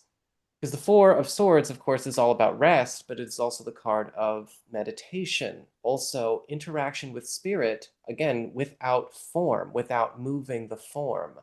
Getting into the world of studying dreams, again, maybe even thinking about dream work, dream visitations, going and maybe practicing how to give yourself an out-of-body experience. Because the Seven of Cups reversed, whenever I'm looking into anything extra spiritual, or I may be even doing some medium work with the tarot cards, the Seven of Cups reversed is one of the cards, not the only one to me, but it's one of the cards that says, get on the other side of the veil. The Seven of Cups upright is the veil itself. You're seeing everything the veil has to offer. The Seven of Cups reverse is like, go beyond the veil and the presentation. So a bit of spirit work, you say? Yeah, A bit of going to spirit spirit work. work, astral projection, OBE work, dream study. That would be the way to go. Clairvoyance, mediumship, the business on the other side. Oh yeah, going deep. Okay, I think I'm last now. Okay. I do think I'm next. So I got the Two of Cups for you, which immediately my intuition was this is about spirit, right? And then everything that Scarlet Moon just said, oh my God. So I think there is a really deep connection with spirit that is calling to you. I think if you pursue your spiritual gifts, right, the non-physical, I think so much is going to open up for you there. And I think there is deep, deep connection there. So just something coming to mind, it could be ancestral, right? Because it is the Two of Cups. I think there's something really deep there. So get in, open up, start connecting, because there's something truly profoundly connective for you waiting. I got soul ties from that one. Yes, I'm glad you said ancestors because I'm like, like dip your toe in. The bottom of my deck was the Three of Cups. Oh, nice. Very perfect. Okay, so last but not least, I've got the Two of Swords that's come up. So in all of this discussion of pursuing something new, getting into non-physical work, ancestral work, soul ties, etc., your main blockage is your logic, your mind. You're rationalizing why this doesn't fit, why this doesn't work, why this might be way out of left field, etc. But in the Two of Swords, so the swords is air is the mind, right? In this particular card, we see that she is blindfolded and she's got two ravens or crows pulling her on her hair. This is a symbol to trust your intuitive sense and listen to the cards that have gone before, because you can get anywhere without actual sight. You don't need to see to believe. You need to feel it. You need to feel it in your gut. You need to intuit where you're supposed to go. So all of these things that the previous card readers have said, you need to be able to discern and decipher which of these paths is right for you, and you just need to do it and stop trying to figure it out in your mind, like in your logical, reasonable sense, because a lot of spirituality doesn't make reasonable sense. There are things that are supernatural. There are things that you're not going to be able to explain, and it's just the way it's going to be. So trust and believe. Like, I don't know what else to say. Yeah, reason can be overrated. I think when you struggle with logical mind and you're trying to interact in the realm of spirit, like you need to understand that if you get a message from spirit, it's going to come to you in such a way that it infiltrates the language center of your brain, and then it can come out of you. The And the clicks way come that it does after, that is unique from Yes. person to person. It might come through as a smell, it might come through as a sound, might come through as a taste, a sense, a touch, any beautiful way. There's no reason behind it. It is the flow of things. Yeah, it's setting It's- aside that thing. I like to think of it as belief as a tool, right? I'm picking up belief right now as an example, but that same kind of thing, or putting down the logic brain, right? Like just not right now. Right now, this is a sacred space of allowing. Yeah. Mm. Okay. Rockin' Robin Bird. Will my health be better after my recent surgery? Oh, specific. Oh, all right. Hmm.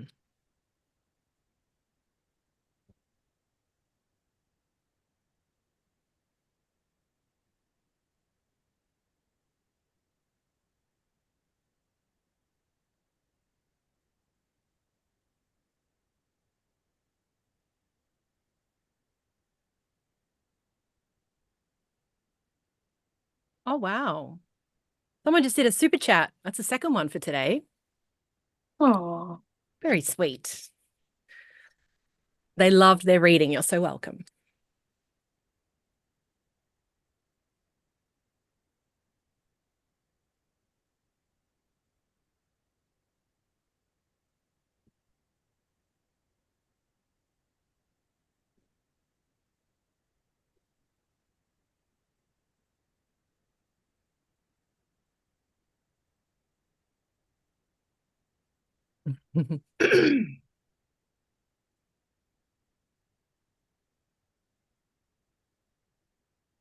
That's what you get when you have 4 different readers reading for you. A nice, deep, quick reading at the same time.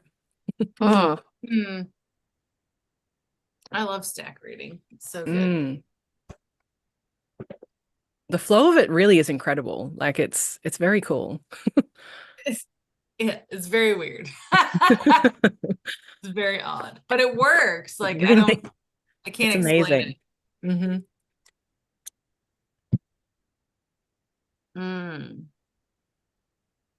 Ooh, I think I might be first.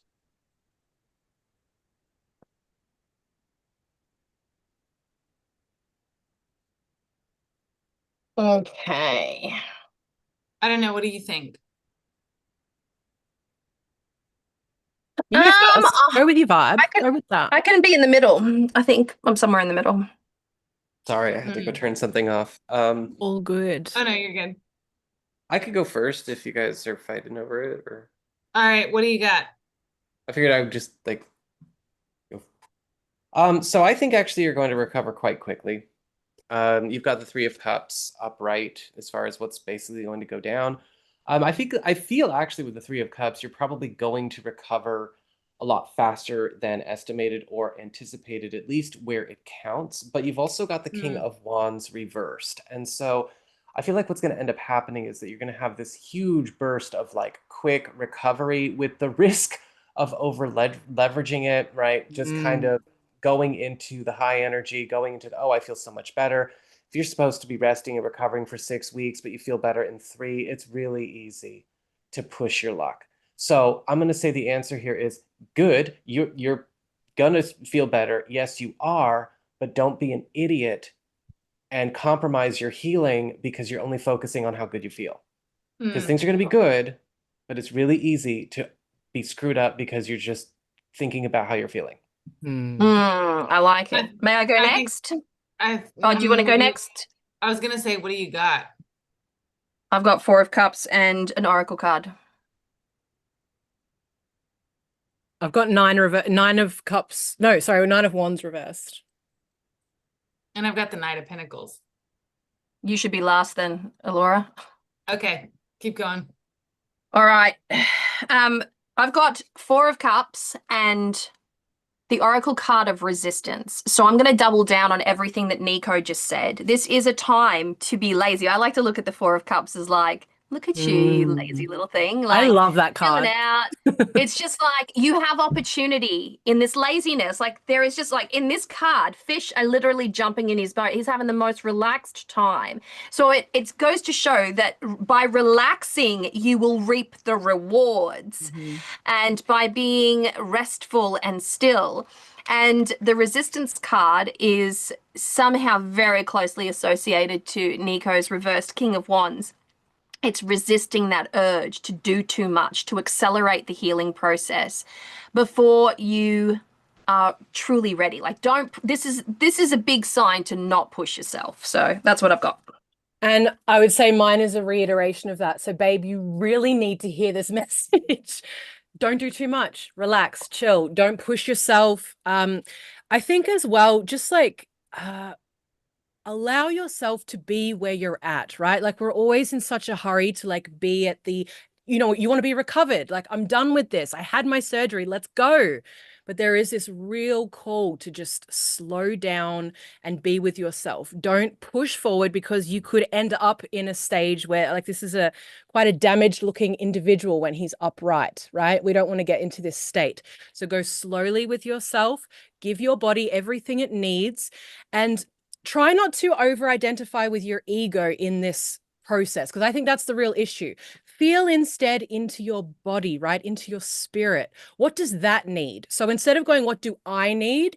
Sometimes if you separate it just a little bit, what does the inner me need? Or you know what I mean? Like separating that a little. So you're not in this stage of like feeling like you have to be achieving a certain amount of things or whatever, but just flow with your process.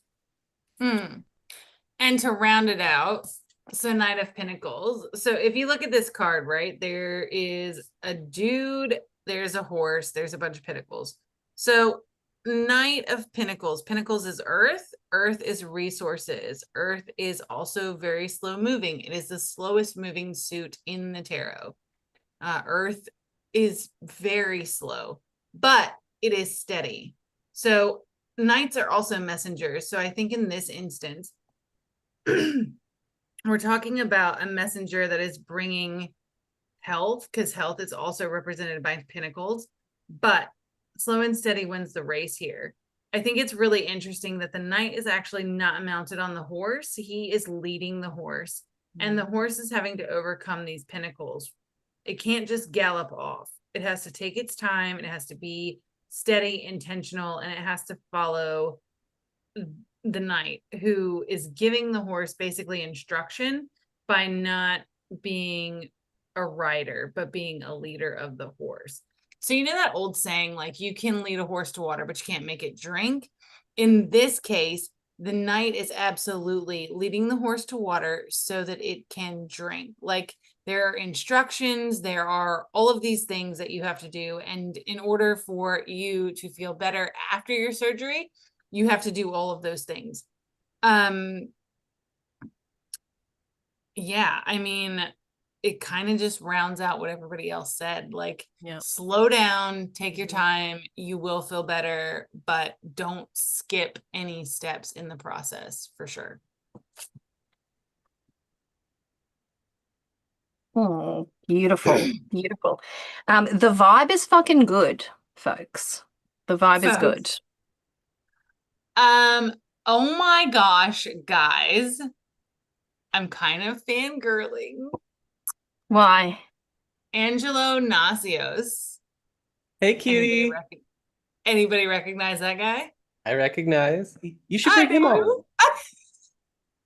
I don't. Why don't I? What? Don't either. I'm What? so sorry. I'm like, I need to know this person, obviously. Oh my Okay. lord, You guys will people. put a face to a name. He's one of the OG. Like Yeah, really Probably, he's OG. this is the thing. OG. In my defense, I'm great with a face. With a name, no. Yeah, Okay, we gotta. fact. He's super cute anyway. He's really cute, so it'll be easy. Oh, I'll be Yeah, checking out show your us channel the later. face. Because the name, like the name is in there, like it's there. I'm like, I know that name, but I Yeah, can't I used put to the have a big name and crush the on him. Still kind of face. do. Oh. hold please. All right, I'm Hold, sending this to Shoot you. your Abby. shot, babe. Shoot your shot. I already threw it out there. All right, look at your phone. Look at your phone. My phone. Whose Yeah. phone? Oh, you can't just say you and then look at 3 other people. You gotta tell. She knows I'm talking to her. But we Oh. don't. Oh Yeah. I yeah. Mhm. Okay, maybe give one to Alvine now because she's probably Here, like, I here, still here, don't here, know. here. Hold on. I've got a different Hold on. number now, though, babe. So Okay, I'm gonna look at the Zoom chat so I know what the question is, but There you go. you gotta recognize him. I'm gonna send it to you, like this Alvine. big. All right, thank you. We need to know who you are before we read for you.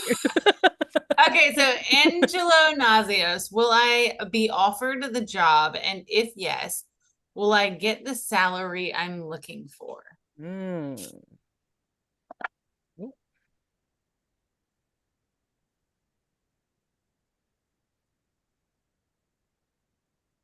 P.S. I used to watch you all the time. Yes, if you have a cute straight older brother.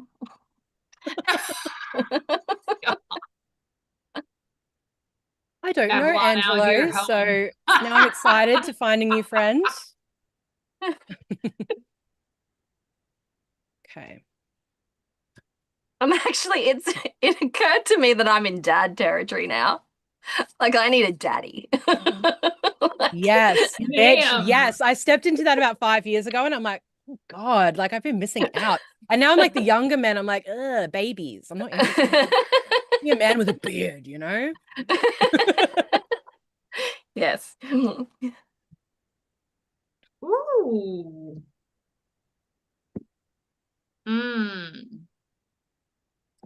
Ooh.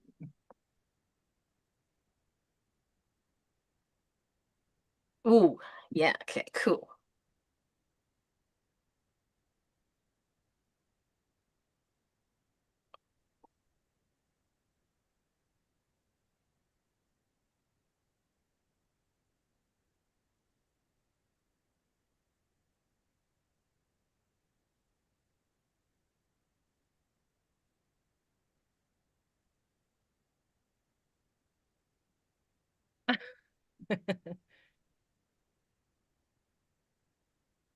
Mm, mm, mm, mm, mm. This is interesting. I don't really know where I'm at yet. I think I'm first. I think I can set the tone at the very least. Do you know what I Okay. mean? Mm-hmm. All right. So I'm going to kick it off with the Seven of Pentacles and a Oracle card. Now, what I'm going to say to you here is you might not get the exact salary that you want until you've had time to prove yourself. So this is when we're looking at Pentacles, we're looking at resources. So this is about putting in that early effort.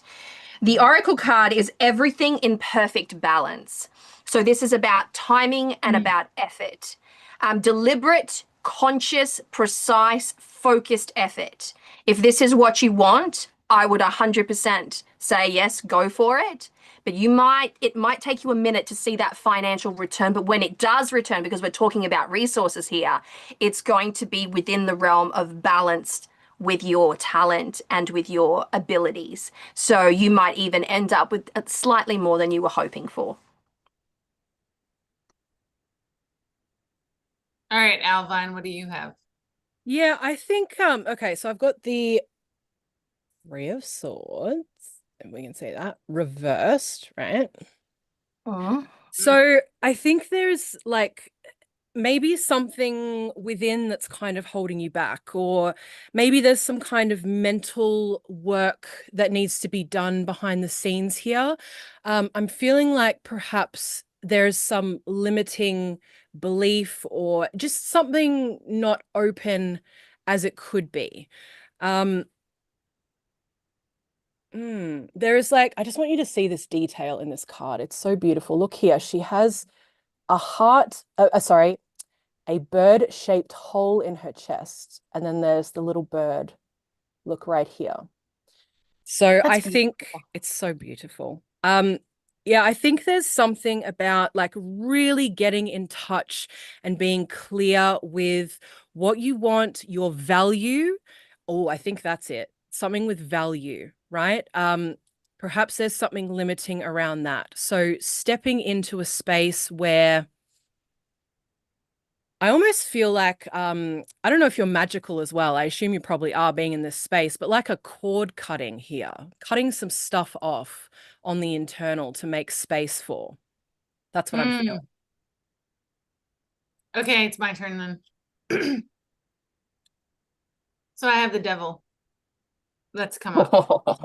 I love that card so much in that deck. Oh, Ah, so good, right? so good. So if we're talking about cord cutting and cutting off things that are unnecessary, perhaps there are things that you're indulging in, or in this particular case, you may be being too specific, too picky, etc., about what it is you want, need, and are seeking in a particular career. This could be, I mean, this could be anything from being as specific as you are about the pay to being particular about the skill set that you will use or the role you will fulfill, things like that. Also, like in the outside world, aside from this job that you are going after, are you aligned with this particular job? Is this something you're aiming for that's above where you normally go? And what is it in your everyday life that you need to shed to achieve that, if it is? In the same vein though, is this something, is this particular job in an area where you have an obsession? Like you're so obsessed with obtaining this particular position that you're blocking out every other opportunity. Like I feel like these are all things to take stock of and really evaluate as far as where this ends up going. Will you get the job? Yeah, probably. But again, it's like, what is your balance? What are your values? What can you give up when it comes to salary and even morals, ethics, and skill set? So really think about all of those things before you just like willy-nilly accept the position. Because it may be something you really, really want, but it also may be something that you're being overpromised. So just be really careful with that. I would be. All right, Nico. I don't think you're gonna get it because I think you're gonna go do something else. You got the Chariot reversed and the Eight of Cups reversed. So the first Ooh. thing I'm thinking is this job that you're going for now is not your first pick after all. That you maybe actually had your eye on something else in recent history that maybe took too long to get back to you. The timing wasn't right at all, or maybe the right doorway wasn't open. Something that you had your eye on in the past, I think you're going to return to with the Eight of Cups reversed. You're going to go back to something else where you will be happy. But the Chariot reversed, I always see this as somebody abandoning the course that they're on, just leaving the lane that they're in. So I think you're going to break pursuit with this job yourself. Even if they offer it to you, no, the salary's not going to be there. But what I find interesting is with the Eight of Cups reversed, something that's more appealing to you might be coming back anyway. And so you might just kind of abandon the pursuit of this whole employment situation in favor of maybe an older pick. Hmm. Very, very nice. Very, very nice. And for Okay, we context, have- I got the Five of Pentacles reversed. So somebody might be helping you with that, or it might just kind of come out of the blue. So maybe follow up with people, check your email, check your spam, check your every social media you have. You Check might your actually be getting some help. All right, we have two more. All right. Okay, this is Gemini Sky 06. Should I pursue further study moving towards another field? Oh, I like that one.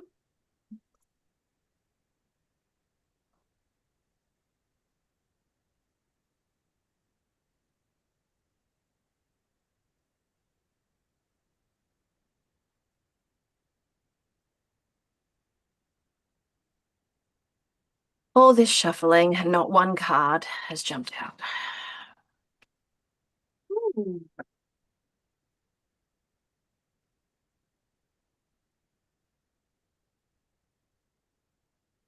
Oh, yes. No.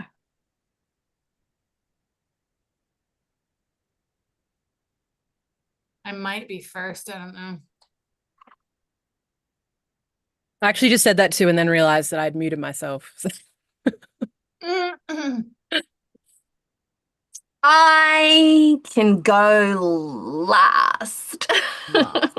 Okay, you're last. What do you And have I'm gonna outlined? fuck some shit up. I got Knight of Swords. I've got the Eight of Pentacles. I think I'm first. Okay. Go on. All right, we're going. You ready, Scarlett? Yep. All right, let's go. So the Knight of Swords, my intuitive impression is yeah.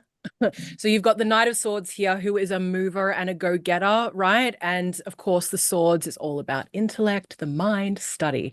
So I absolutely think so. I think dive in, right? Dive into your intellectual pursuits and absolutely go for it. And then I've got the the Eight of Pentacles, sorry. She is literally sitting there with, I don't know if you can see it. Hold on. I love that card. So she is sitting there with half of this is papers and books, and the other half is bowls and practical things, right? So this in particular is about, yes, pursue further study, but you need to pursue it in its wholeness, right? So like books, theory, academia, but also practical application, digging your hands in and really grasping the entire thing that you are trying to study. You can't just do a theory or prac. You have to do both here. So I think that's what that one's saying. Avalon said you going last, right? I'm last, yeah. Okay. So basically, it's encouragement, but it's coming from some extremely negative reinforcement cards. So you've got the Empress reversed and the Six of Pentacles reversed. Now, the Empress card reversed always shows up to me when there's something wrong with the environment or the space that we are in. So it is time to get ready to change it or to leave it. The Empress reversed is kind of like the coal is coming from inside the house, right? It's baked into the situation. And so I definitely feel like your decision to, I want to go pursue a different field, I want to explore a new horizon, it's not only a good idea, it might actually be necessary. You might be walking out of a building before it caves in. So you're kind of getting ahead of where other people would be. And the Six of Pentacles reverse is saying there's nothing left where you are, so you might as well. My Okay. guides are encouraging in their own way. I'm going to go with yes as well. I got the Two of Swords reversed, and I have the Oracle card of Surrender. So, baby girl, the decision's already largely been made. It's not an indecisive moment, it's a nervous one. It's just a nervous moment. And it's time to surrender to the call, to surrender to the curiosity, to surrender to the potential of it all. And so, yes, absolutely. Awesome. All right. Last but not least, good Lord, this is long. Wow, it Ms. is. Star Lover One, Miss Mish. I can't even. Okay. Well stitching. Y'all, Yeah. y'all, Y'all. Y'all. y'all. Due Call to her Miss recent Mel's. Miss Mel's. due to recent life changes, I've been feeling a call from hold on, Ancestors. ancestors. Are they maternal or paternal side? Oh. Okay. So male or Be the female ancestors. ancestors are we dealing with? Mm. Oh, Like I from the should get mother's side or the father's side? Mother's side or father's side? Ooh, It's this is interesting reading. Mother's side or father's side?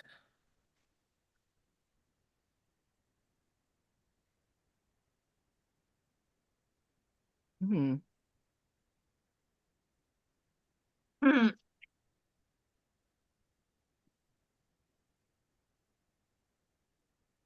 That's it. Wow. Okay.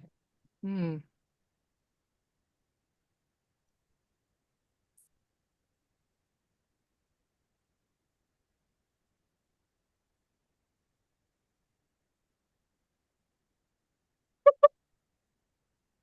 What did you get? I got the Knight of Cups, but she's the Lady of the Lake. So I got a cups card. Me too. I think. What did you get, Nico? Let me see. I got wands. I went a little different on this one because it's like we have an or question, so I kind of branched. So I did two cards to see what mom's ancestors are doing, and I did two cards to see what dad's ancestors are doing. But there's a Knight of Cups in there, but I won't spoil it yet. Well, I'm just gonna go ahead and say maternal, because you can't get 3 out of 4 people pulling cups, and it'd be paternal.